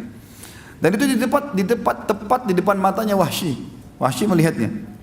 Wahsy melanjutkan, lalu aku menyiapkan tombakku. Ketika yakin dia tepat sasaran, aku melemparkannya dengan kuat kepadanya. Tombak itu tepat bersarang di pusar perutnya sampai tembus ke balik tubuhnya. Hamzah berusaha untuk mendekat kepadaku. Artinya sudah kena tombak, tembus. Hamzah melihat Wahsy yang kejar. Kata Wahsy, dia sempat mengejarku. Dan aku pun ketakutan ini. Jangan sampai Hamzah bisa membunuhnya. Padahal tombak sudah tembus. Belum pernah ada orang kena tombak tembus masih bisa lari, masih bisa menyerang gitu. Hamzah berusaha untuk mendekat kepadaku. Tetapi dia tidak kuasa melakukannya, aku membiarkannya sampai dia gugur. Lalu aku mendekatinya dan mengambil tombakku kemudian kembali ke markas. Aku tetap duduk di sana karena aku tidak lagi mempunyai kepentingan selain itu. Aku membunuh Hamzah agar aku bisa merdeka. Wahsy berkata lagi, aku pulang ke Mekah dan aku dimerdekakan. Aku tinggal di Mekah sampai Rasulullah SAW menaklukkannya. Dan aku kabur ke Taif. Jadi Wahsy salah satu dari 10 orang yang diperintahkan Nabi untuk dibunuh. Termasuk seperti kita bahas bulan lalu, Ikrimah bin Abi Jahal yang juga masuk dalam 10 daftar itu. Kata Wahsy, waktu Nabi SAW melakukan Mekah, aku pun lari ke Taif dan tinggal di sana. Ketika delegasi Taif datang kepada Nabi SAW untuk masuk Islam, aku tidak lagi menemukan jalan untuk berlari. Lalu aku berkata kepada diriku, aku akan pergi ke Syam atau ke Yaman atau kemana? Demi Allah pada saat itu aku berpikir demikian. Tiba-tiba seorang laki-laki berkata kepadaku, celaka engkau demi Allah. Muhammad tidak akan membunuh seorang pun yang masuk ke dalam agamanya dan bersaksi dengan kesaksiannya. Ini makhluk Islam. Manakala aku mendengarkan kata-katanya, aku pun pergi segera menemui Rasulullah SAW di Madinah. Tidak ada yang mengejutkan beliau kecuali kehadiranku yang telah berdiri di hadapannya dan aku mengucapkan syahadat kebenaran. Ketika Nabi SAW melihatku, beliau mengasihkan, apakah engkau Wahsy? Aku menjawab, benar wahai Rasulullah. Nabi SAW mengatakan, duduklah dan ceritakan kepadaku bagaimana engkau membunuh Hamzah. Wahsy berkata, maka aku menceritakannya kepada beliau. Selesai aku berkisah, beliau pun bersabda, sungguh sayang, jauhkanlah wajahmu dariku, aku tidak ingin melihatmu. Jadi sudah syahadat, tapi Nabi bilang, mulai sekarang jangan kau selalu ada di wajahku. Bertemu ya silakan, tapi untuk ngobrol menjadi orang yang selalu di depanku jangan, karena aku khawatir nanti akhirnya aku mengingat pamanku dan akhirnya membenci seorang muslim, ya seperti itulah. Wahsy berkata, setelah itu aku selalu menghindar dari Rasulullah SAW sehingga beliau tidak melihatku sampai beliau pun wafat.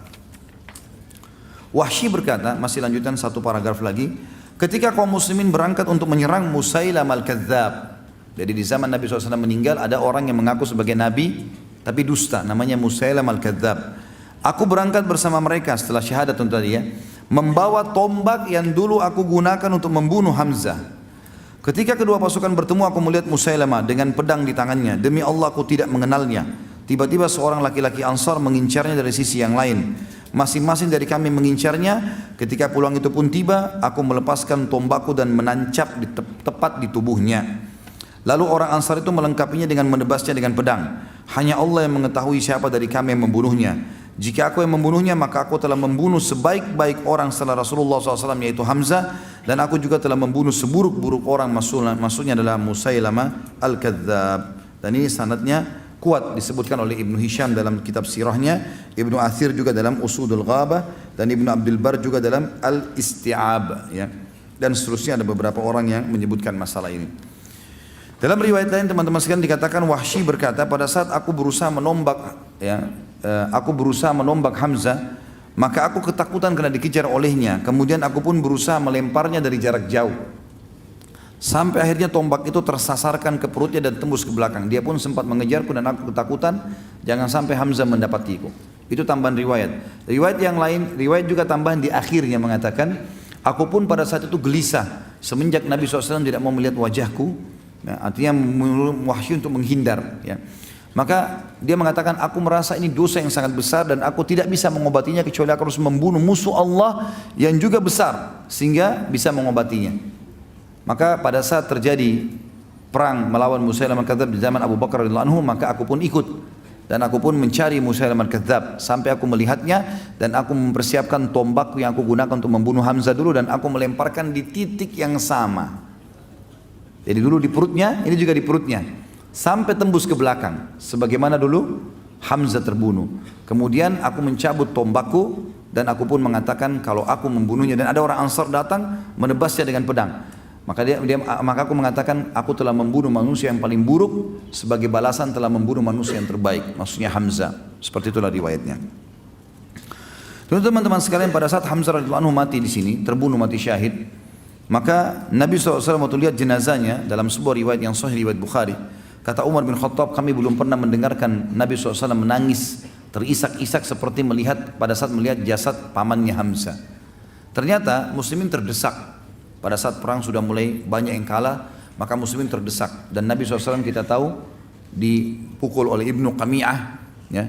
Sampai pelipis beliau berdarah alaihissalam, pipi beliau tertancap dengan besi, ya, sampai Abu Talha menarik dengan giginya, gitu kan. Talha bin Ubaidillah menarik dengan giginya, gitu kan, sampai giginya tanggal. Kemudian ada beberapa sahabat-sahabat yang membela Nabi SAW sampai akhirnya terdesak sekali karena pundak kanan dan pundak kiri Nabi dipukul oleh Ibnu Qami'ah. Dan ini sudah kita ceritakan pada saat menceritakan sahabat Nabi Mus'ab bin Umair radhiyallahu anhu.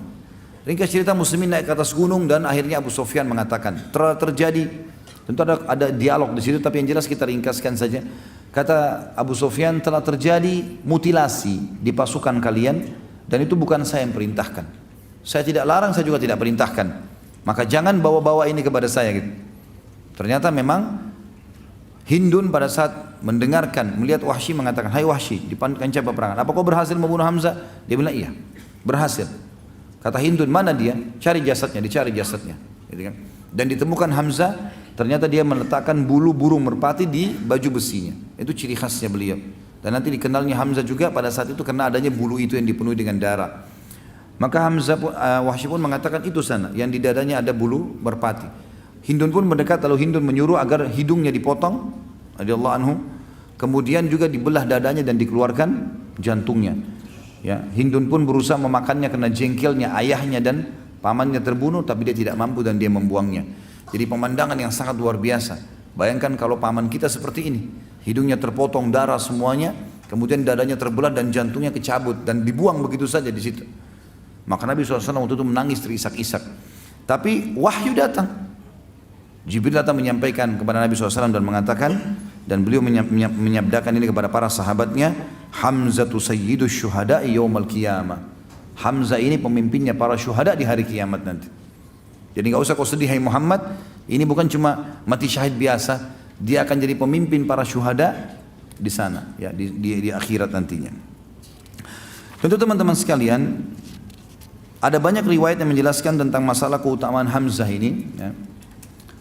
Di antaranya tentu Nabi SAW menyebutkan dalam hadis, dan kalau teman-teman yang pegang bukunya bisa melihat di halaman 288 dari Ibnu Abbas radhiyallahu anhuma diriwayatkan bahwasanya Nabi SAW bersabda, "Lamma usiba ikhwanukum bi Uhudin, ja'alallahu arwahahum fi ajwafi tayrin khudrin taridu anharal jannah wa ta'kulu min thamariha wa ta'wi ila kanadila min dhahabin mu'allakatin fi dhillil arsh. Falamma wajadu tiba ma'kalihim wa mashrabihim wa makilihim qalu man yuballighu ikhwanana annana ahya'un fil jannati nurzaku li alla yankilu 'indal harbi wa la yazhadu fid jihad. Qala Allah ana uballighuhum 'ankum fa unzilat wa la tahsabanna alladhina qutilu fi sabilillahi amwata bal ahya'un 'inda rabbihim yurzaqun." Yang artinya, kata Nabi SAW, ketika saudara-saudara kalian gugur dalam perang Uhud, diantaranya Hamzah, Allah menjadikan ruh-ruh mereka di dalam perut burung berwarna hijau yang mendatangi sungai-sungai di surga. Mereka memakan buah-buahannya dan bertengkar di lentera-lentera dari emas yang tergantung di bawah naungan arsy. Ketika mereka mendapatkan makanan, minuman dan tempat tinggal yang baik, mereka berkata, "Siapa yang akan menyampaikan ini kepada saudara-saudara kami yang beriman di dunia? Bahwasanya saat ini kami hidup di surga dalam keadaan diberi rezeki, agar mereka tidak menolak untuk berangkat berjihad dan bersikap menahan diri dari jihad." Allah pun berfirman kepada mereka, "Aku yang akan menyampaikan secara langsung dari kalian untuk mereka." Maka turun dalam firman Allah dalam surah Al-Imran ayat 169, "Dan janganlah sekali-kali kalian mengira bahwa orang-orang yang gugur di jalan Allah itu mati, sebenarnya mereka itu hidup di sisi Rabb mereka dan mendapatkan rezeki." Maka kami pun bertanya kepada Nabi SAW dalam riwayat yang lain juga tentang ayat ini. Maka Nabi pun bersabda, "Arwahuhum fi jawfi tayrin khudrin laha kanadilu mu'allakatun bil arsh tasrahu minal jannati haitsu sya'at thumma ta'wi ila tilkal kanadil fattala'a ilaihim rabbuhum ittila'atan faqala hal tashtahuna syai'a qalu ayyu syai'in nashtahi wa nahnu nasrahu minal jannati haitsu syi'na fafa'ala dhalika bihim 3 marrat falamma ra'aw annahum lam yutraku min an yus'alu qalu ya rabbi nuridu an turadda arwahana fi ajsadina hatta nuqtala fi sabilika marratan ukhra falamma ra'a an laysa lahum hajatun turiku." Ruh-ruh mereka, kata Nabi SAW, berada di perut burung yang berwarna hijau. Ini Allah alam seperti apa burungnya, yang jelas mereka berada ruhnya di situ disimpan. Setiap satu mujahid ruhnya di satu burung itu, ya, disimpan. Ia mempunyai lentera-lentera yang bergantung pada arsh, seperti tempat-tempat burung-burung ini ya bertengker. Ia hilir mudik di dalam surga sesukanya, kemudian ia bertengkar di lentera-lentera tersebut. Lalu Rabb mereka melongok kepada mereka atau melihat mereka lalu berfirman kepada para ruh mujahidin, apakah kalian menginginkan sesuatu?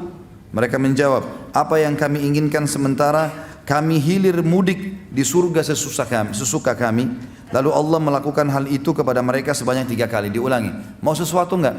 Mereka menjawab juga sama, ya Allah apalagi, kami sudah bolak-balik masuk surga sementara orang lain belum masuk ke dalamnya. Kami seperti sudah menikmati fasilitasnya. Kemudian mereka melihat, karena terus saja ditanya oleh Allah, maka mereka pun menjawab, padahal sudah lihat surga ini. Apa yang mereka jawab? Ya Rabbi, wahai Tuhan kami. Ya Rabbana, wahai Tuhan kami, kami ingin engkau mengembalikan ruh kami ke jasad kami, sehingga kami terbunuh lagi di jalanmu sekali lagi. Ketika Allah melihat bahwa mereka tidak lagi memendam hajat, maka mereka pun dibiarkan. Yang dimaksud sini teman-teman sekalian adalah para mujahidin, angan-angan mereka yang sudah mati, tinggal tunggu ditusuk oleh musuh atau kena bom atau apa saja, maka mereka tidak punya keinginan lain, tidak ingin lagi ketemu istri anaknya, tidak ingin lagi pekerjaannya.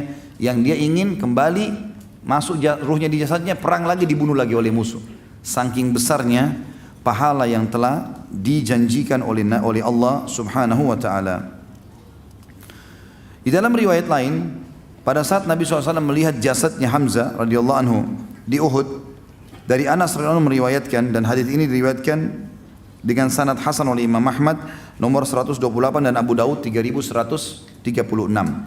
Di perang Uhud Rasulullah SAW berdiri di depan jasad Hamzah yang telah dipotong hidungnya dan dimutilasi. Maka beliau bersabda, kalau aku tidak khawatir Sofiyah akan bersedih, niscaya aku akan membiarkannya sehingga Allah membangkitkan dari perut binatang dan burung pemangsa daging. Maksudnya adalah Allah SWT akan membangkitkan Hamzah dalam kondisi seperti ini. Karena kan biasanya orang kalau mati jasadnya dikerumuni oleh burung gitu. Karena ini memang sebuah fadilah, mati dalam syahid.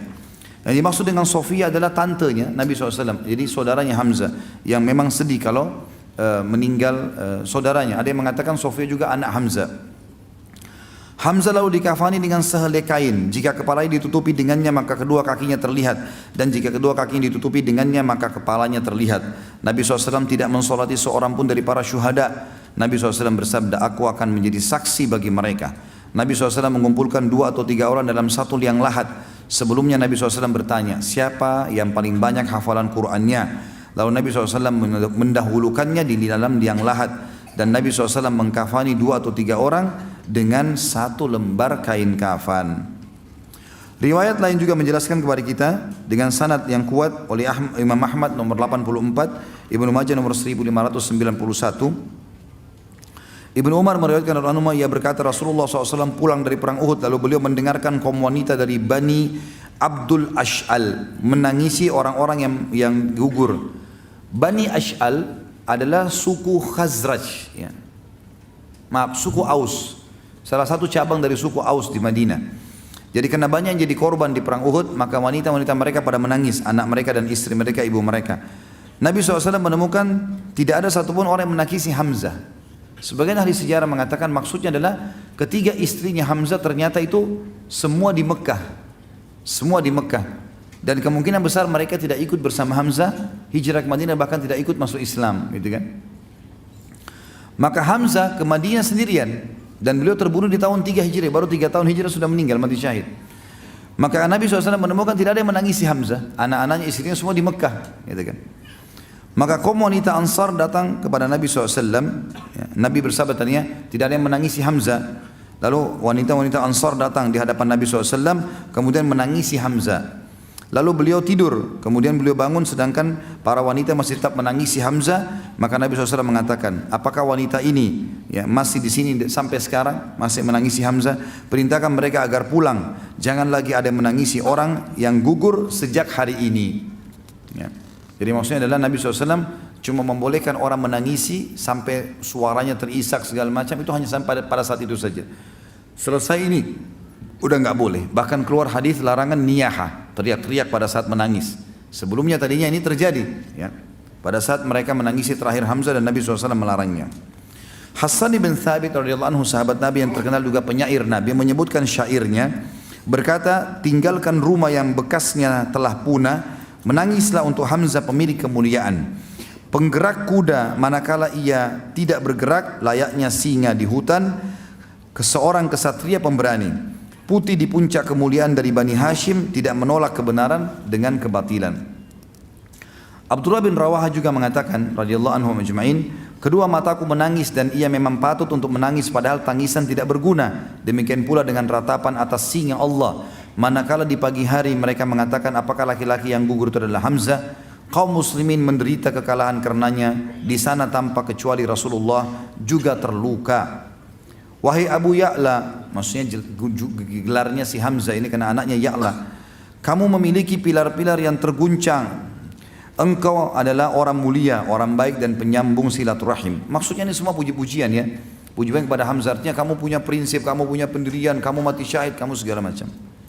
Sofiyah binti Abdul Muttalib radhiyallahu anha, saudarinya Hamzah berkata, Rob yang maha besar pemilik arsh memanggilnya sekali ke surga. Di sana dia akan hidup dengan kebahagiaan. Itulah yang kami harapkan dan kami idam-idamkan untuk Hamzah di hari kebangkitan sebaik-baik tempat kembali. Demi Allah, aku tidak melupakanmu selama angin sibak berhembus. Artinya selama angin padang pasir terhembus.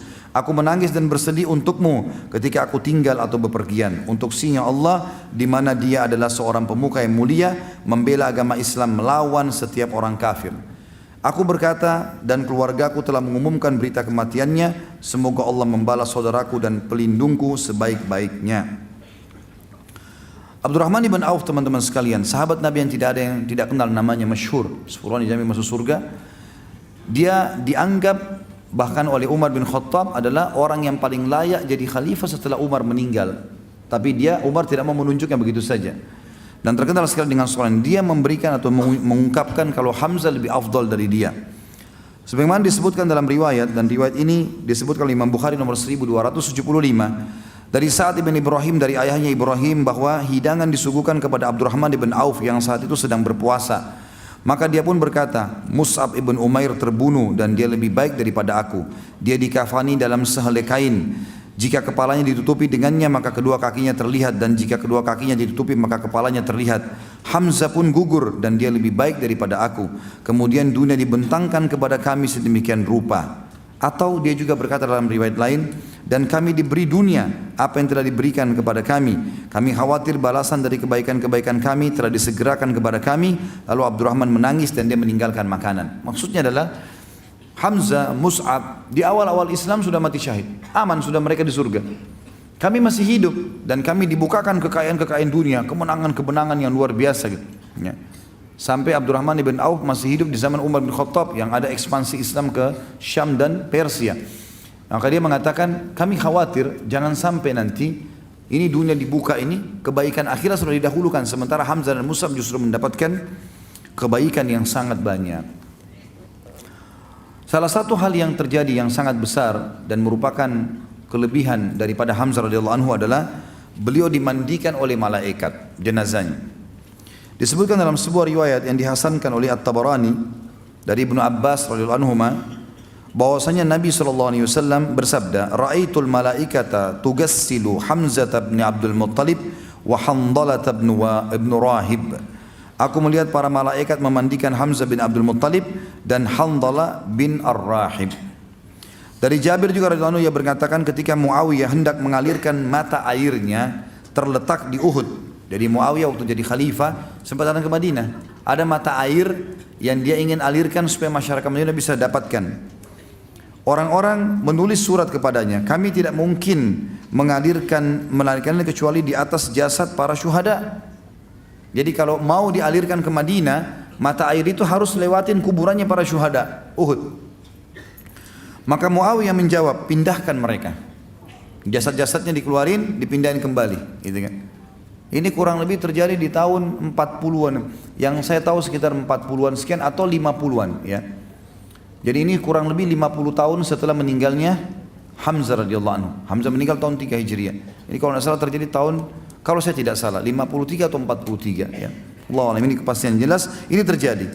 Lalu dipindahkanlah jasadnya para syuhada, dipindahkan tempatnya saja sedikit untuk ditarik supaya ada air mengalir di situ, mata air ke penduduk Madinah. Jabir berkata, Jabir ini sahabat Nabi yang menyaksikan perang Uhud. Ya, dia tahu perang Uhud dan dia tahu masih masa itu tahu ini jasadnya Hamzah. Dia mengatakan, aku melihat mereka memangkul jasad-jasad para syuhada Uhud di pundak-pundak mereka, seolah-olah para syuhada tersebut adalah orang-orang yang sedang tidur. Sebuah pacul sempat mengenai ujung kakinya Hamzah bin Abdul Muttalib, maka ia mengucurkan darah seperti dia baru wafat saat itu. Dan ini disebutkan dalam Tabaqat karyanya Ibnu Sa'ad.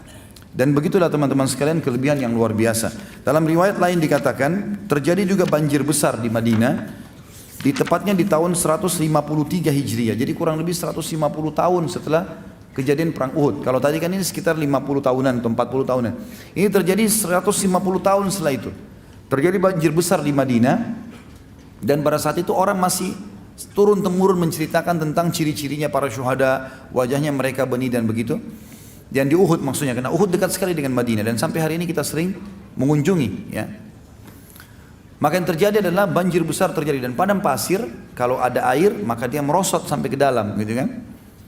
Terjadilah banjir besar, keesokan paginya penduduk Madinah kaget melihat jasadnya para syuhada Badar keluar dan darahnya masih mengalir dan juga masih utuh serta mengeluarkan bau yang wangi, di antaranya adalah jasad Hamzah radhiyallahu anhu. Ya, ini sebuah fadilah-fadilah yang sangat luar biasa. Ya. Kita sebutkan teman-teman sekalian sekarang manaqibnya. Apa sih keutamanya Hamzah? Yang pertama, dia termasuk orang yang pertama masuk Islam, dan Allah muliakan Islam dengan masuk Islamnya radhiyallahu anhu. Yang kedua, beliau adalah paman Nabi SAW. Ini sebuah karunia juga, ya, menjadi kerabat Nabi SAW dan dalam keadaan iman, ini luar biasa. Jadi, apalagi menjadi pejuang dalam Islam, punya kiprah yang besar. Yang ketiga, beliau adalah pemimpin pertama brigade tadi atau sariyah yang diutus oleh Nabi SAW pertama kali di tahun Hijriah, 1 Hijriah, yang akhirnya mau menyerang kafilahnya Abu Jahal yang 300 orang, tapi digagalkan oleh Majdi yang menahan di wilayah kekuasaannya. Kemudian yang keempat, dia telah menghadiri perang Badr dan membunuh Al-Aswad bin Abil Asad Al-Makhzumi tadi, orang yang Quraisy yang bersumpah untuk minum dari sumur muslimin. Dan saya sudah bilang kalau bunuh satu orang kafir maka tidak akan bersatu dengannya dengan orang muslim ini di surga, di neraka maksudnya. Kalau memang si muslim ini meninggal dalam keadaan beriman. Dan juga dia membunuh Syaibah bin Rabi'ah dan juga Utbah bin Rabi'ah pada saat duel tadi. Yang kelima, turunnya ayat surah Al-Hijr ayat 19 tadi kepada Hamzah, Ali dan Ubaidah radhiyallahu ajma'in, yang bunyinya tadi Al-Hijr ayat 19, a'udzubillahi minasyaitonir rajim, hadani khasmani ikhtasamu fi rabbihim. Ini dua kelompok beriman dan kafir yang sedang bertikai di jalan Tuhannya. Yang keenam, beliau menghadiri perang Uhud dan mati syahid di sana. Dan mati syahidnya adalah pilihan Allah. Ini garis bawah itu teman-teman sekalian, poin penting. Jadi ternyata untuk mati syahid itu butuh keikhlasan yang luar biasa, karena Allah Subhanahu wa taala memilih secara khusus itu. Allah Subhanahu wa taala memilih secara khusus siapa yang mati syahid teman-teman sekalian. Yang paling ikhlas, yang paling berharap mati syahid itu yang mati. Sampai ulama mengeluarkan statement yang sangat jelas, siapa yang masuk di kancah peperangan jihad, maka jangan mengkhayal mati, ya, kecuali memang dia yang paling ikhlas. Karena tidak mungkin, Allah memilih. Dan itu bahasa Allah gunakan dalam Al-Quran. Kita lihat di sini dalam surah Al-Imran, surah nomor 3 ayat 14. Allah berfirman, a'udzubillahi minasyaitonir rajim, iyamsaskum qarhun faqad massal qauma qarhum mithlu wa tilkal ayyamu nudawiluha bainan nasi wa liya'lamallahu alladhina amanu wa yattakhidha minkum syuhada wallahu la yahdil qaumadh zalimin. Yang artinya, kalau seandainya kalian merasa sedih di Badr, merasa sedih di Badr, di Uhud, sesungguhnya mereka juga orang-orang kafir itu telah merasa sedih di Badr. Kalau kalian sedih di Uhud, kalian kalah, maka juga mereka telah sedih, telah ditimpa kekalahan di Badr, ya. Dan begitulah hari-hari kami putar, kata Allah, sekali menang, sekali kalah, gitu kan? Sekali sehat, sekali sakit, ya, itu semua Allah putarkan, kata Allah. Dan itu semua Tujuannya agar Allah menguji dan mengetahui siapa orang-orang yang beriman. Apakah mereka kalau ada nikmat beriman dan dalam keadaan susah juga beriman, atau mereka cuma mau menyembah Allah pada saat lagi ada nikmat. Kalau tidak mereka kufur, gitu kan. Dan Allah memilih syuhada di antara kalian, dan Allah tidak akan memberikan petunjuk bagi orang-orang zalim. Jadi kita lihat sini teman-teman sekalian, sangat jelas sekali bagaimana syuhada itu dipilih oleh Allah, termasuk Hamzah radhiyallahu anhu dipilih oleh Sang Pencipta Allah SWT. Ini karunia yang luar biasa. Kemudian yang ketujuh teman-teman sekalian, Nabi SAW menyebutkan dalam hadis yang sahih, Hamzah adalah sayyidnya syuhada, pimpinan para syuhadanya, dan dalam riwayat lain dikatakan singahnya Allah. Jadi Hamzah pernah berperang waktu di Uhud, beliau memegang 2 pedang di kanan kiri tangannya, dan dia termasuk bersama dengan Khalid bin Walid yang bisa berperang dengan 2 pedang, 2 tangan sekaligus, kanan dan kiri sama keterampilannya setelah beliau melatihnya itu. Kemudian Nabi SAW dia mengatakan, saya adalah singahnya Allah. Lalu Nabi SAW mengatakan Hamzah adalah singahnya Allah.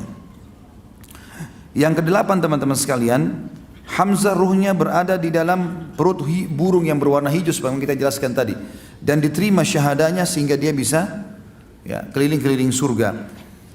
Yang kesembilan, malaikat memandikan jasadnya. Tentu tidak semua orang mati syahid dimandikan oleh malaikat. Beliau dan Handalah yang pas menikah malam harinya, dia tidak berhubungan biologis, tapi dia berhubungan biologis di pagi hari habis sholat subuh. Pas dia mau istirahat habis sholat subuh, berhubungan biologis sama istrinya, kemudian dipanggil dikomandankan perang Uhud, gitu kan? Maka dia pun pergi ke medan perang sebelum mandi junub dan terbunuh, gitu kan? Dia dan Hamzah dua-duanya dimandikan oleh malaikat. Yang ke-10 teman-teman sekalian, Allah Subhanahu wa taala memperlihatkan tanda-tanda kebesarannya, ya, dan kebenaran kalau jasadnya Hamzah termasuk mati syahid pada saat di hari Muawiyah tadi mau dibuat saluran air sehingga akhirnya kakinya Hamzah kena pacul tadi dan akhirnya mengeluarkan darah, dan ini menandakan memang mereka hidup sebagaimana Allah janjikan dalam Al-Quran.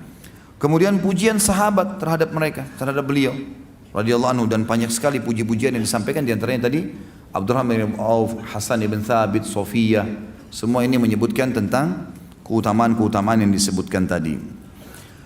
Kita masuk teman-teman sekalian ke pelajaran dan pengalaman atau ilmu yang bisa kita dapatkan, ad-durus wal ibar.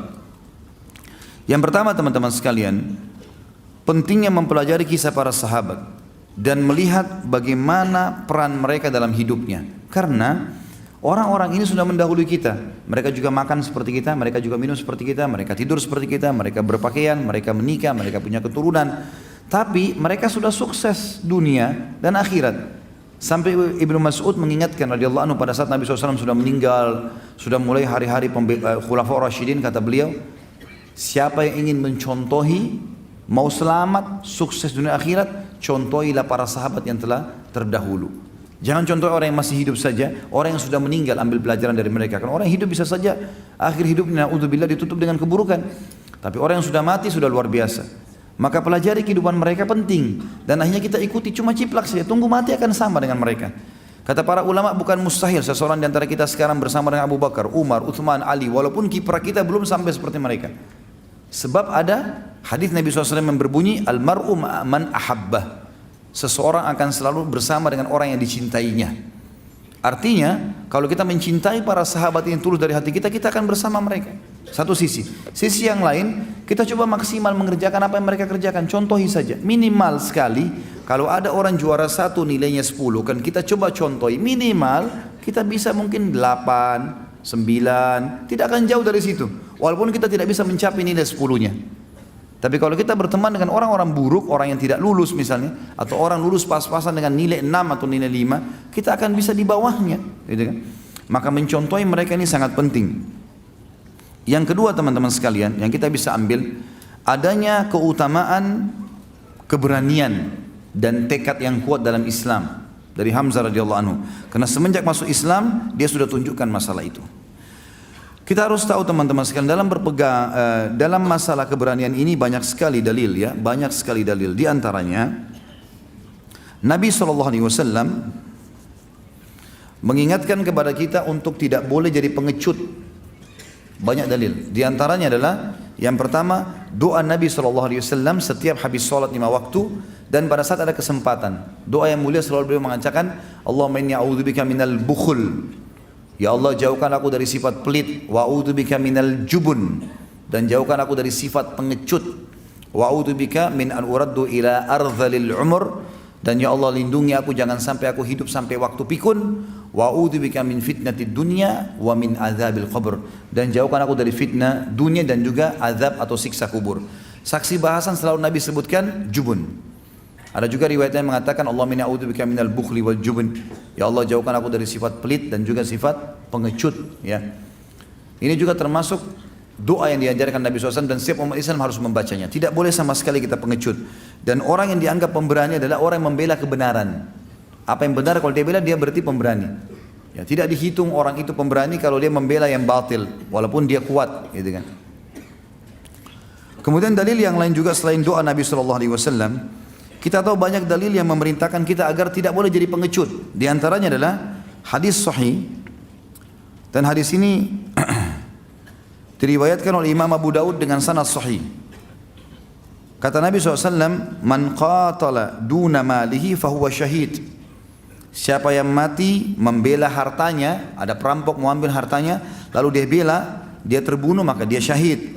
Wa man mata duna ahlihi fahuwa syahid. Siapa yang mati dalam keadaan membela keluarganya, istri anaknya yang mau diserang oleh orang atau mau diperkosa, naudzubillah atau apa saja, dia terbunuh maka dia syahid. Wa man mata duna damihi fahuwa syahid. Barang siapa yang mati membela darahnya supaya dia tidak dilukai, maka dia syahid kalau terbunuh. Wa man mata duna dinihi fahuwa syahid. Dan siapa yang membunuh atau mati terbunuh karena membela agamanya, maka dia juga mati syahid. Juga dalam hadis Nabi SAW, teman-teman sekalian, dan ini berarti menandakan luar biasa tidak boleh jadi pengecut, harus pemberani. Kalau sudah kebenaran bela, walaupun terbunuh. Dan yakinlah teman-teman sekalian, kita tidak akan pernah mati kecuali ajal datang. Ini poin penting. Tidak boleh sama sekali orang muslim jadi pengecut. Di dalam hadis yang sahih riwayat Imam Muslim dari Abu Hurairah radhiyallahu anhu, beliau berkata, Ja'a rajulun ila Nabi sallallahu alaihi wasallam, seseorang telah datang kepada Nabi SAW, faqal, beliau berkata, orang itu berkata, ya Rasulullah, wahai utusan Allah, ara'aita in ja'a rajulun yuridu akhdha mali. Bagaimana pendapat Anda kalau seandainya ada orang yang mau merampas hartaku? Qala la tu'tihi malak. Jangan pernah kau berikan hartamu. Ada orang minta, jangan kasih. Dengan apalagi merampok, beda orang minta mengemis, bukan. Ini orang datang mau merampok, jangan dikasih, lawan, ya. Dan jangan kasih. Qala ara'aita in qatalani, ya Rasulullah, kalau dia memerangiku, dia menyerangku, dia memaksa, dia akan membunuhku. Qala qatilhu, kata Nabi, lawan dia. Suruh lawan. Bukan Nabi bilang mengalah aja. Kasih hartamu enggak? Lawan. Qatilhu. Qala ara'aita in qatalani, ya Rasulullah, kalau dia sempat membunuhku bagaimana? Qala fa anta syahid. Kau mati syahid. Sama mendapatkan syahadanya orang-orang di medan perang. Walaupun yang mengganggu dia seorang muslim tapi penjahat. Ini poin penting teman-teman muslim. Maka tidak boleh pengecut sama sekali. Qala ara'aita in qataltuhu. Qala fa huwa finnar. Bagaimana ya Rasulullah kalau saya membunuhnya? Kata Nabi, dia masuk neraka. Dianya masuk neraka. Karena tidak sempat taubat kan? Dia kan memang merampok, lalu dibunuh, dia akan masuk neraka. Kalau dia muslim, dibersihin dulu dosanya baru dia masuk surga. Tapi dia akan masuk ke dalam api neraka. Riwayat yang lain, riwayat Imam Nasai teman-teman sekalian, bahwasanya Abu Hurairah mengatakan, Ja'a rajulun ila Nabi SAW, seseorang datang kepada Nabi SAW, Ar-rajulu ya'tini fayuridu mali. Bagaimana pendapat anda wahai utusan Allah kalau seseorang datang ingin mengambil hartaku? Qala dzakirhu billah. Kalau kau bisa ingatkan dia agar takut kepada Allah. Qala fa illam yatadzakkar. Kalau orang itu tidak mau diingatkan, enggak boleh, ini haram, jangan mencuri, jangan merampok. Dia enggak mau. Qala fasta'in alaihi man haulaka minal muslimin. Minta tolonglah kepada siapa saja muslim di sekitarmu agar membantu kau melawannya. Qala fa illam yakun, kalau seandainya tidak ada seorang muslim pun, qala fasta'in bis sultan. Cuma minta tolong sama pemerintah setempat, kata Nabi. Qala fa in na'iyas sultanu anni, kalau sultan atau pemerintah enggak mau peduli lagi dengan aku sudah laporkan tidak mau tahu. Qala qatil duna malika hatta takuna syuhada al-akhirah atau tamna' malik. Engkau boleh berperang melawannya, ya, Kalaupun kau terbunuh, kau akan menjadi orang mati syahid di akhirat nanti, atau kau akan mendapatkan hartamu. Yang jelas kita mau simpulkan teman-teman, tidak ada sifat pengecut dalam Islam. Dan kita tahu termasuk dosa besar dalam hadis Bukhari Muslim, orang yang lari dari kancah peperangan. Berhadapan sama musuh teman-teman, senyum. Dan ucapkan dengan jiwa antum supaya berani, surga di depan mata. Itu kalimatnya, motivasi. Dan itu selalu dikatakan para sahabat. Untuk saling motivasi, musuh sudah depan mata, mereka tersenyum semuanya. Bahkan di antara mereka ada yang saling berpelukan dan mengatakan berita gembira, semoga kita bisa bertemu dengan ini di surga. Ada yang mengatakan jangan lupa kalau kau mati duluan, ya syafaatmu untukku, dan jangan lupa, dan saya juga tidak akan lupa kalau saya mati saya akan berikan syafaatku. Mereka saling senyum, luar biasa kalau mereka melihat kematian itu, gitu kan? Karena mereka tahu mati sebuah pintu yang menuju kepada kehidupan abadi. Mati bukan akhir segalanya, tapi awal segalanya. Itu kalimat penting, karena awal kehidupan abadi, akhir kehidupan dunia, tapi awal dari segalanya. Maka jangan pernah takut kalau membela kebenaran, walaupun harus mati. Ini sebuah prinsip dasar dalam Islam. Tidak boleh jadi pengecut dan harus bertekad yang kuat kalau kebenaran. Sekali lagi, yang ketiga, adanya fadilah atau keutamaan at-tamassuk alal haq, berpegang pada kebenaran. Ini juga berbeda sedikit ya dengan yang tadi. Tadi itu keberanian orang untuk tidak boleh jadi pengecut. Sekarang berpegang pada kebenaran, maksudnya berpegang pada Islam, teman-teman sekalian. Para sahabat sampai berkorban, sampai meninggalkan keluarganya, jihad, kayak contohnya Hamzah, istrinya tiga-tiganya di Mekah, anak-anaknya juga begitu. Kemudian dia pergi berperang, ya, pergi ke Madinah, hijrah, luar biasa itu, demi kebenaran semuanya. Maka ini berpegang pada kebenaran adalah sebuah konsep dasar Islam, dan kebenaran hanya satu, Islam. Kita dengarkan beberapa ayat Al-Quran. Kalau apapun yang Allah janjikan di dalam Al-Quran pasti benar dan tidak ada keraguan di dalamnya. Seperti misalnya dalam Al-Baqarah surah nomor 2 ayat 256, A'udzubillahi minasyaitonirrajim, la ikraha fid din, qad tabayyana ar-rusydu minal ghayy. وَمَنْ يَكْفُرْ بِالطَّاغُوتِ وَيُؤْمِنْ بِاللَّهِ فَقَدِ اسْتَمْسَكَ بِالْعُرْوَةِ الْوُثْقَى لَا انفِصَامَ لَهَا وَاللَّهُ سَمِيعٌ عَلِيمٌ. Tidak ada paksaan dalam agama. Kita berperang, kita juga mendakwakan Islam, tidak ada paksaan. Mau terima Islam silakan, tidak mau ya sudah. Kalau orang kita dakwai nggak mau terima Islam ya sudah kita tinggalkan. Tapi kalau di kancah peperangan pun kita menang, maka kita bisa memberikan ya instruksi-instruksi untuk Islam. Dia tidak mau juga tidak ada masalah. Sebelum berperang bisa ditawarkan Islam, jizyah atau perang. Tapi di sini juga tidak boleh ada paksaan. Tetap dia bisa pilih yang lainnya. Kata Allah, tidak ada paksaan dalam agama. Sesungguhnya telah jelaslah mana yang benar dan mana yang salah.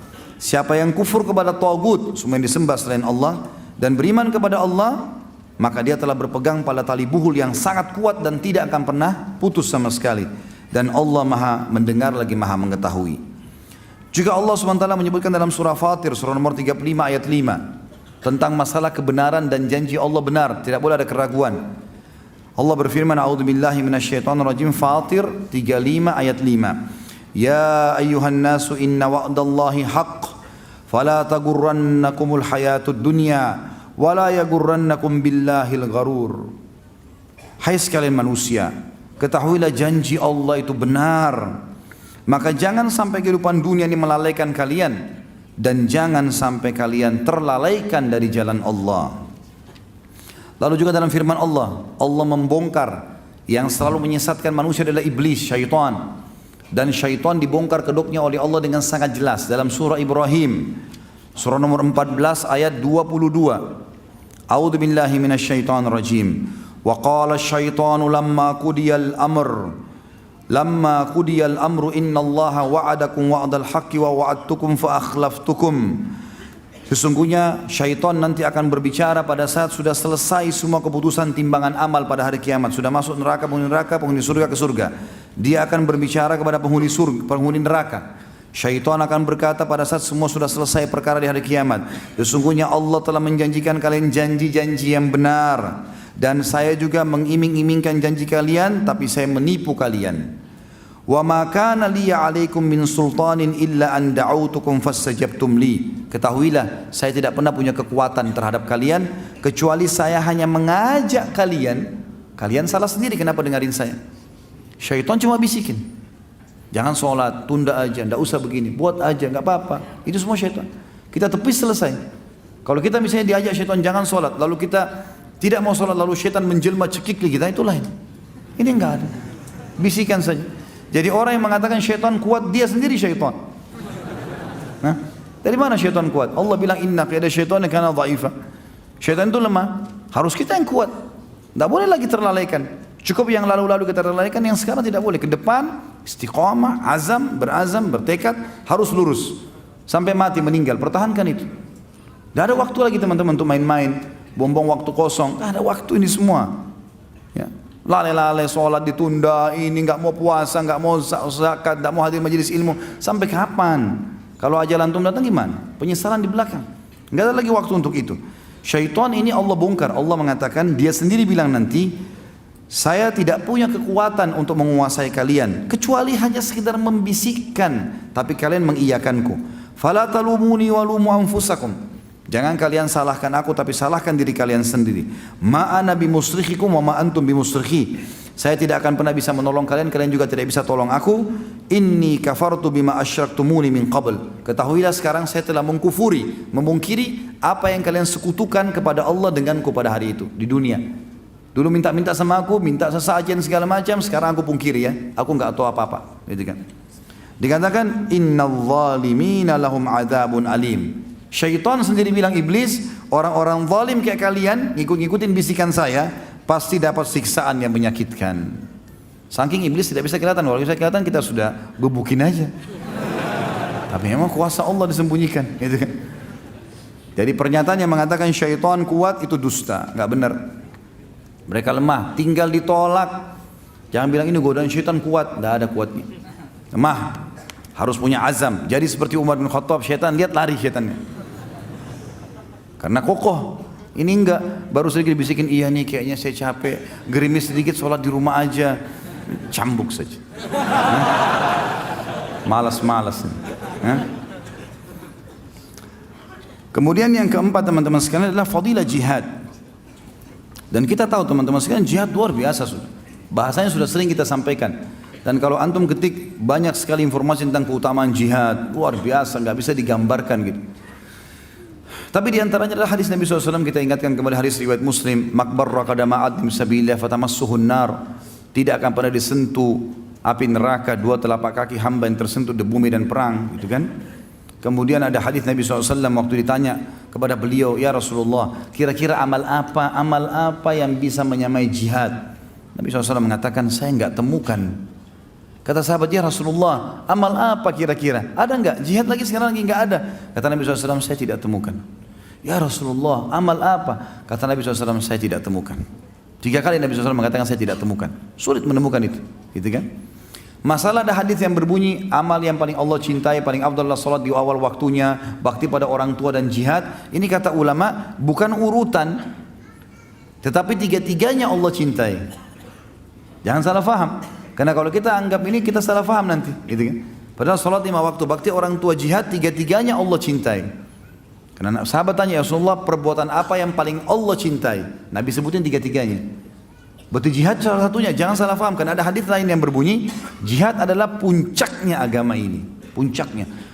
Kalau sampai pada tingkat level antum sudah bisa berjihad, di jihad yang benar, ya betul-betul memang ada sesuai dengan hukum Allah SWT. Bukan seperti sekali lagi orang yang bom-bom sana sini, mengatasnamakan jihad, ini semua salah. Betul-betul di medan perang, di depan musuh antum hadap, ini lain.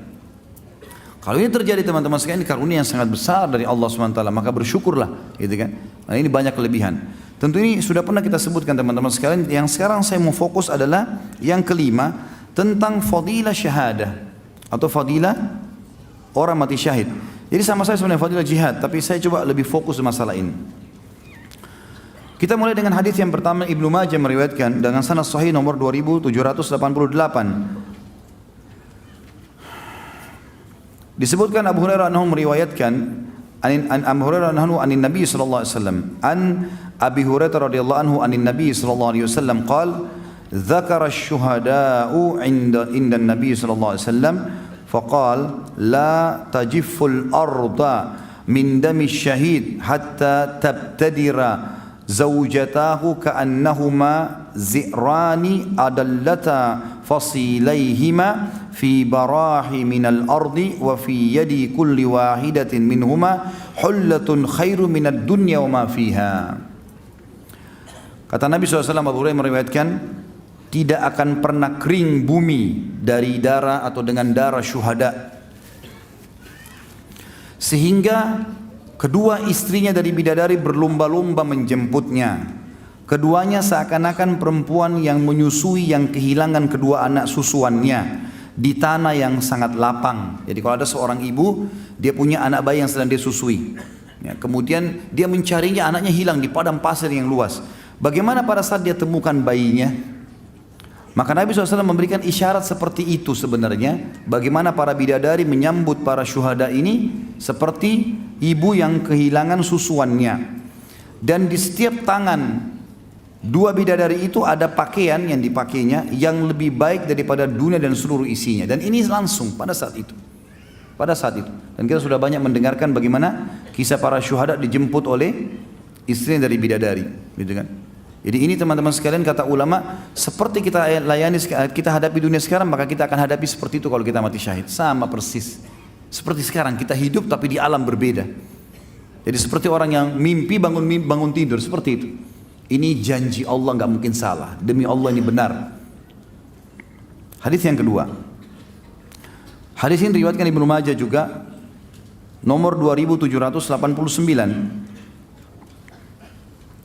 Dari Al-Miqdam bin Ma'di Karib radhiyallahu anhu an Rasulillah sallallahu alaihi wasallam qala lisyahidi indallahi sittu khisal yaghfiru lahu fi awwali duf'ati min damihi wa yura maq'adahu min al-jannah wa yujaru min adzabil qabr wa ya'manu min al-faza'il akbar wa yuhalla hullatal iman wa yuzawwaju min al-hurin wa yushfa'u fi sab'ina insanan min aqaribih.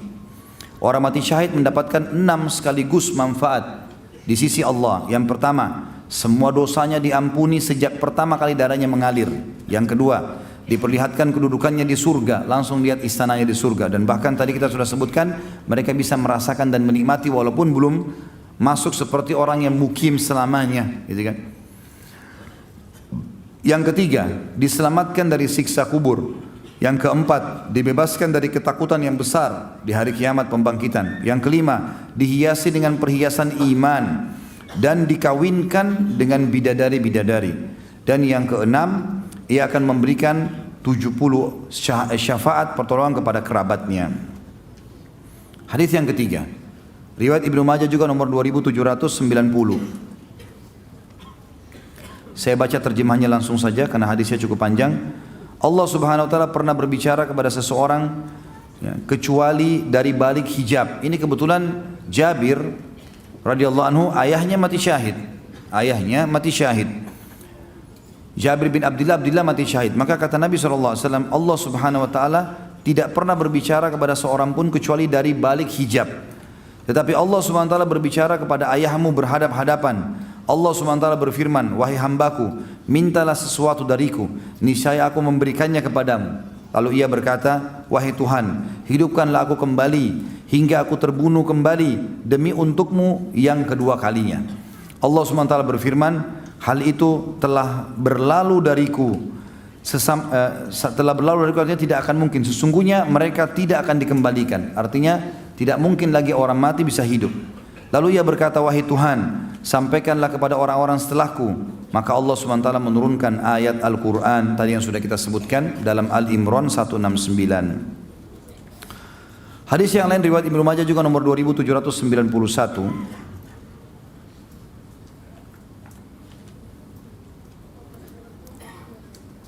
Disebutkan bahwasanya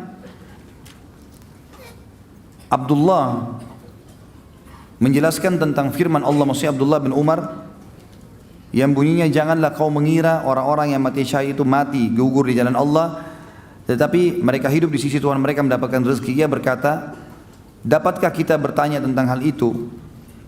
Nabi SAW mengatakan, tentu saja. Lalu Nabi pun menjelaskan, ruh-ruh mereka seperti burung hijau yang menebarkan sayapnya di surga, mana saja yang ia kehendaki. Kemudian ia bernaung di atas lentera yang tergantung di arsy. Di saat mereka seperti itu, Tuhan mereka muncul kepada mereka. Lalu Allah Subhanahu wa taala, Tuhan mereka berfirman, "Mintalah kepadaku apa yang kalian inginkan." Mereka mengatakan, "Tuhan kami, apa yang kami inginkan atau apa yang akan minta kepadamu, sementara kami sedang melebarkan sayap di surga sesuai hati kami." Ketika mereka melihat bahwa mereka tidak dibiarkan kecuali untuk meminta, maka mereka berkata, "Kami meminta agar ruh kami dikembalikan ke jasad kami di dunia, kemudian kami terbunuh kembali di jalanmu." Ketika Allah SWT melihat hal itu tidak memungkinkan atau tidak akan diberikan pada mereka, maka Allah pun membiarkannya. Hadis yang lain Ibnu Majah juga nomor 2792. Dikatakan bahwasanya kata Nabi SAW, seorang yang mati syahid tidak merasakan kesakitan sama sekali pada saat ruhnya keluar, melainkan layaknya salah seorang di antara kalian yang hanya dicubit saja. Hadis yang selanjutnya juga riwayat Imam Muslim nomor 3488. Kata Nabi SAW, tidak seorang pun yang meninggal dunia dan di sisi Allah ia memiliki kebaikan yang membuatnya bahagia, lalu ia ingin kembali ke dunia selain orang yang mati syahid. Sesungguhnya ia berangan-angan untuk kembali ke dunia kemudian terbunuh lagi di dunia karena ia melihat keutamaan mati syahid itu sendiri. Hadis riwayat Muslim nomor 3489. Kata Nabi SAW, tidak seorang pun yang masuk surga ingin kembali ke dunia lagi selain sekalipun seluruh dunia dan isinya diberikan kepadanya, kecuali orang yang mati syahid. Sesungguhnya ia berangan-angan hendak kembali ke dunia kemudian terbunuh hingga 10 kali karena ia melihat bagaimana mulianya orang yang mati syahid. Hadis riwayat Muslim nomor 3490. Kata Nabi SAW, perbandingan seorang mujahid di jalan Allah seperti orang yang berpuasa, mendirikan solat dengan menjalankan ayat-ayat Allah, dan ia tidak berhenti dari puasa dan solatnya, sehingga seorang mujahid itu pulang di jalan Allah, pulang dari medan perang. Telah menceritakan kepada kami Qutaibah bin Sa'id, telah menceritakan kepada kami Abu Wana, dan seterusnya, dikatakan sanadnya adalah sanad yang sahih. Artinya teman-teman sekalian, kalau ada orang pergi berjihad dengan orang yang tidak pergi berjihad, misal orang itu pergi jihad 1 tahun misalnya, maka perumpamaan dia, fadilahnya dengan seperti orang yang tidak ikut jihad, seperti orang ini non-stop baca Quran terus, nggak pakai tidur, nggak pakai makan, terus baca Quran, terus puasa, terus sholat malam, terus sampai orang itu pulang. Sama seperti itu fadilahnya. Ini yang disebutkan dalam hadis riwayat Muslim. Hadis riwayat Muslim yang lain nomor 3491. Saya pernah di sisi mimbar Rasulullah SAW. Ini kata sahabat Nabi yang mulia Nu'man bin Bashir. Tiba-tiba saya mendengar seorang laki-laki berkata, saya tidak mementingkan suatu amalan setelah saya masuk Islam kecuali menjamu para jemaah haji. Sedangkan yang lain mengatakan saya tidak mementingkan suatu amalan setelah masuk Islam kecuali memakmurkan masjid haram. Dan yang lain lagi mengatakan jihad fi sabilillah itu lebih baik daripada apa yang kalian. Kemudian Nabi SAW mengatakan jihad di jalan Allah lebih baik daripada apa yang kalian katakan tadi. Mohon maaf. Orang yang ketiga mengatakan, yang satu tadi mengatakan saya tidak melihat setelah masuk Islam amal lebih baik daripada mengurus jemaah haji. Yang satu mengatakan saya tidak melihat amal yang paling penting setelah masuk Islam setelah mengurus atau memakmurkan masjid haram. Yang lain mengatakan jihad di jalan Allah lebih baik daripada apa yang kalian katakan. Lalu mereka bertiga ditegur oleh Umar seraya berkata, janganlah kalian meninggikan suara kalian di sisi mimbar Rasulullah SAW. Bukankah hari ini adalah hari Jumat? Karena ketiga orang ini lagi diskusi. Ya. Setelah selesai sholat Jumat, saya datang menemui beliau SAW untuk meminta fatwa tentang apa yang diperselisihkan tadi oleh mereka. Lalu turunlah ayat Allah yang berbunyi, apakah orang-orang yang memberi minum, orang-orang yang mengerjakan haji dan mengurus Masjidil Haram, kamu samakan dengan orang yang beriman kepada Allah dan hari kemudian serta berjihad di jalan Allah? Surah At-Taubah ayat 19 sampai akhir ayat. Dan ini ya, disampaikan oleh Nabi SAW di sisi mimbar beliau, dan beliau memastikan kalau jihad lebih afdal daripada beribadah semua itu. Ini Allah alam beberapa fadilah tentang mati syahid. Semoga Allah SWT tutup hidup kita dengan itu. Terakhir teman-teman sekalian, pelajarannya adalah yang keenam, bolehnya bersedih pada saat memang terjadi kejadian. Misal kerabat kita yang terdekat meninggal dunia, misalnya, maka itu dibolehkan. Sebab Nabi SAW dalam hadis Bukhari Muslim bersedih pada saat meninggalnya Ibrahim, anak beliau. Ya. Nabi SAW baru masuk ke rumah orang yang mengasuh Ibrahim. Nabi SAW dengar dia sakit, lalu digendong oleh Nabi, sempat dicium, belum meninggal. Begitu Nabi SAW meletakkan meninggal, maka Nabi SAW nangis, tetesin air mata. Ada sahabat di sebelah Nabi mengatakan, ya Rasulullah, apakah anda juga menangis? Kata Nabi SAW, ini rahmat Allah yang Allah masukkan dalam hati hamba-hambanya. Gitu kan? Sesungguhnya wahai Ibrahim, kami sedih dengan berpisah denganmu, tapi kami tidak akan pernah mengucapkan kecuali yang Tuhan kami ridhoi. Artinya boleh bersedih. Orang kehilangan barang, orang tidak sempat mencapai sebuah kesuksesan, mungkin dia bersedih. Tidak sempat ini, tidak sempat itu, ada yang kehilangan. Tapi tidak boleh dia berlebihan dalam masalah ini. Tidak boleh berlebihan, artinya sedih ini harus diredam. Dan hanya sebatas pada saat itu saja. Makanya tadi juga kasusnya Hamzah waktu ditangisi oleh wanita Ansar, kan Nabi bilang, kenapa tidak ada yang tangisi Hamzah? Maka tidak ada yang tangisi, maksudnya tidak ada wanita yang datang menangisinya. Datanglah para wanita menangisi Hamzah. Nabi sempat tertidur di rumah, bangun di ruang tamu Nabi masih banyak wanita yang menangisi Hamzah. Maka kata Nabi SAW, suruh mereka bubar semua, mulai hari ini tidak boleh lagi menangis seperti ini. Tapi sedih itu boleh, dibolehkan, tapi tidak boleh berlebihan teman-teman sekalian. Ya. Jadi kalau ada orang juga bilang, jangan kamu sedih sama sekali, ini juga nggak bisa, gimana caranya? Nggak mungkin kan, kita nggak mungkin melawan itu secara kejiwaan, tapi kita boleh meredamnya.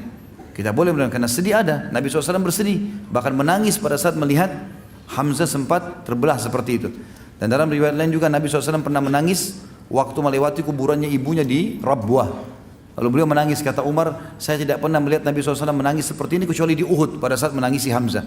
Waktu ditanya, siapa nih ya Rasulullah? Kata Nabi SAW, ini adalah kuburan ibuku. Gitu kan. Aku meminta kepada Allah agar mendatangi kuburan ibuku dan diizinkan. Aku minta istighfar untuk ibuku, lalu aku tidak diizinkan. Allahu a'lam. Ini kisah kita, insya Allah mudah-mudahan kita bisa ambil pelajaran darinya tentunya. Baiklah, kita berdoa kepada Allah SWT, semua majlis kita diberkahi olehnya dan dijadikan sebagai tambahan amal kita pada hari kiamat. Dan semoga seluruh amal yang pernah kita kerjakan sampai menjelang ajal datang nanti diterima dengan kemahamurahannya. Dan semoga seluruh dosa yang pernah kita kerjakan sekecil sampai sebesar apapun juga diganti dengan kemahamurahannya menjadi pahala. Dan semoga semua yang sakit disembuhkan penyakitnya, yang tidak utang dilunasi utang, yang punya masalah diangkat permasalahannya. Dan juga semoga Indonesia dikaruniahi seluruh muslimin agar bersatu di bawah ukhuwah Islamiyah, diangkat perselisihan di antara mereka dan mereka kembali dalam ibadah kepada Al-Quran dan Sunnah. Dan semoga seluruh wilayah di Indonesia termasuk Jakarta diberikan pemimpin muslim yang adil, yang kembali kepada Al-Quran dan Sunnah, dan semoga Indonesia menjadi contoh bagi negara-negara yang lain. Dan kita mendoakan saudara kita di Palestina, di Syria, di Yaman, di Irak, di Myanmar, di Ahsa, dimanapun bagaimana sedang tertindas, semoga Allah ikhlaskan niat mereka, terima para syuhada mereka, mulakan Islam di tangan mereka dan tangan kita semua, dan semoga Allah partisipasikan kita bersama mereka di pahala baik dengan doa, dengan harta juga dengan jiwa kita. Dan semoga Allah dengan kemahamurahannya menyatukan kita semua di surga Firdausnya tanpa hisab. Mana saudara kita di majlis ilmu yang mulia ini. Kalau benar dari Allah, kalau saudara saya mohon dimaafkan. Subhanakallahumma bihamdika, asyhadu an la ilaha illa anta astaghfiruka wa atubu ilaik. Wassalamualaikum warahmatullahi wabarakatuh.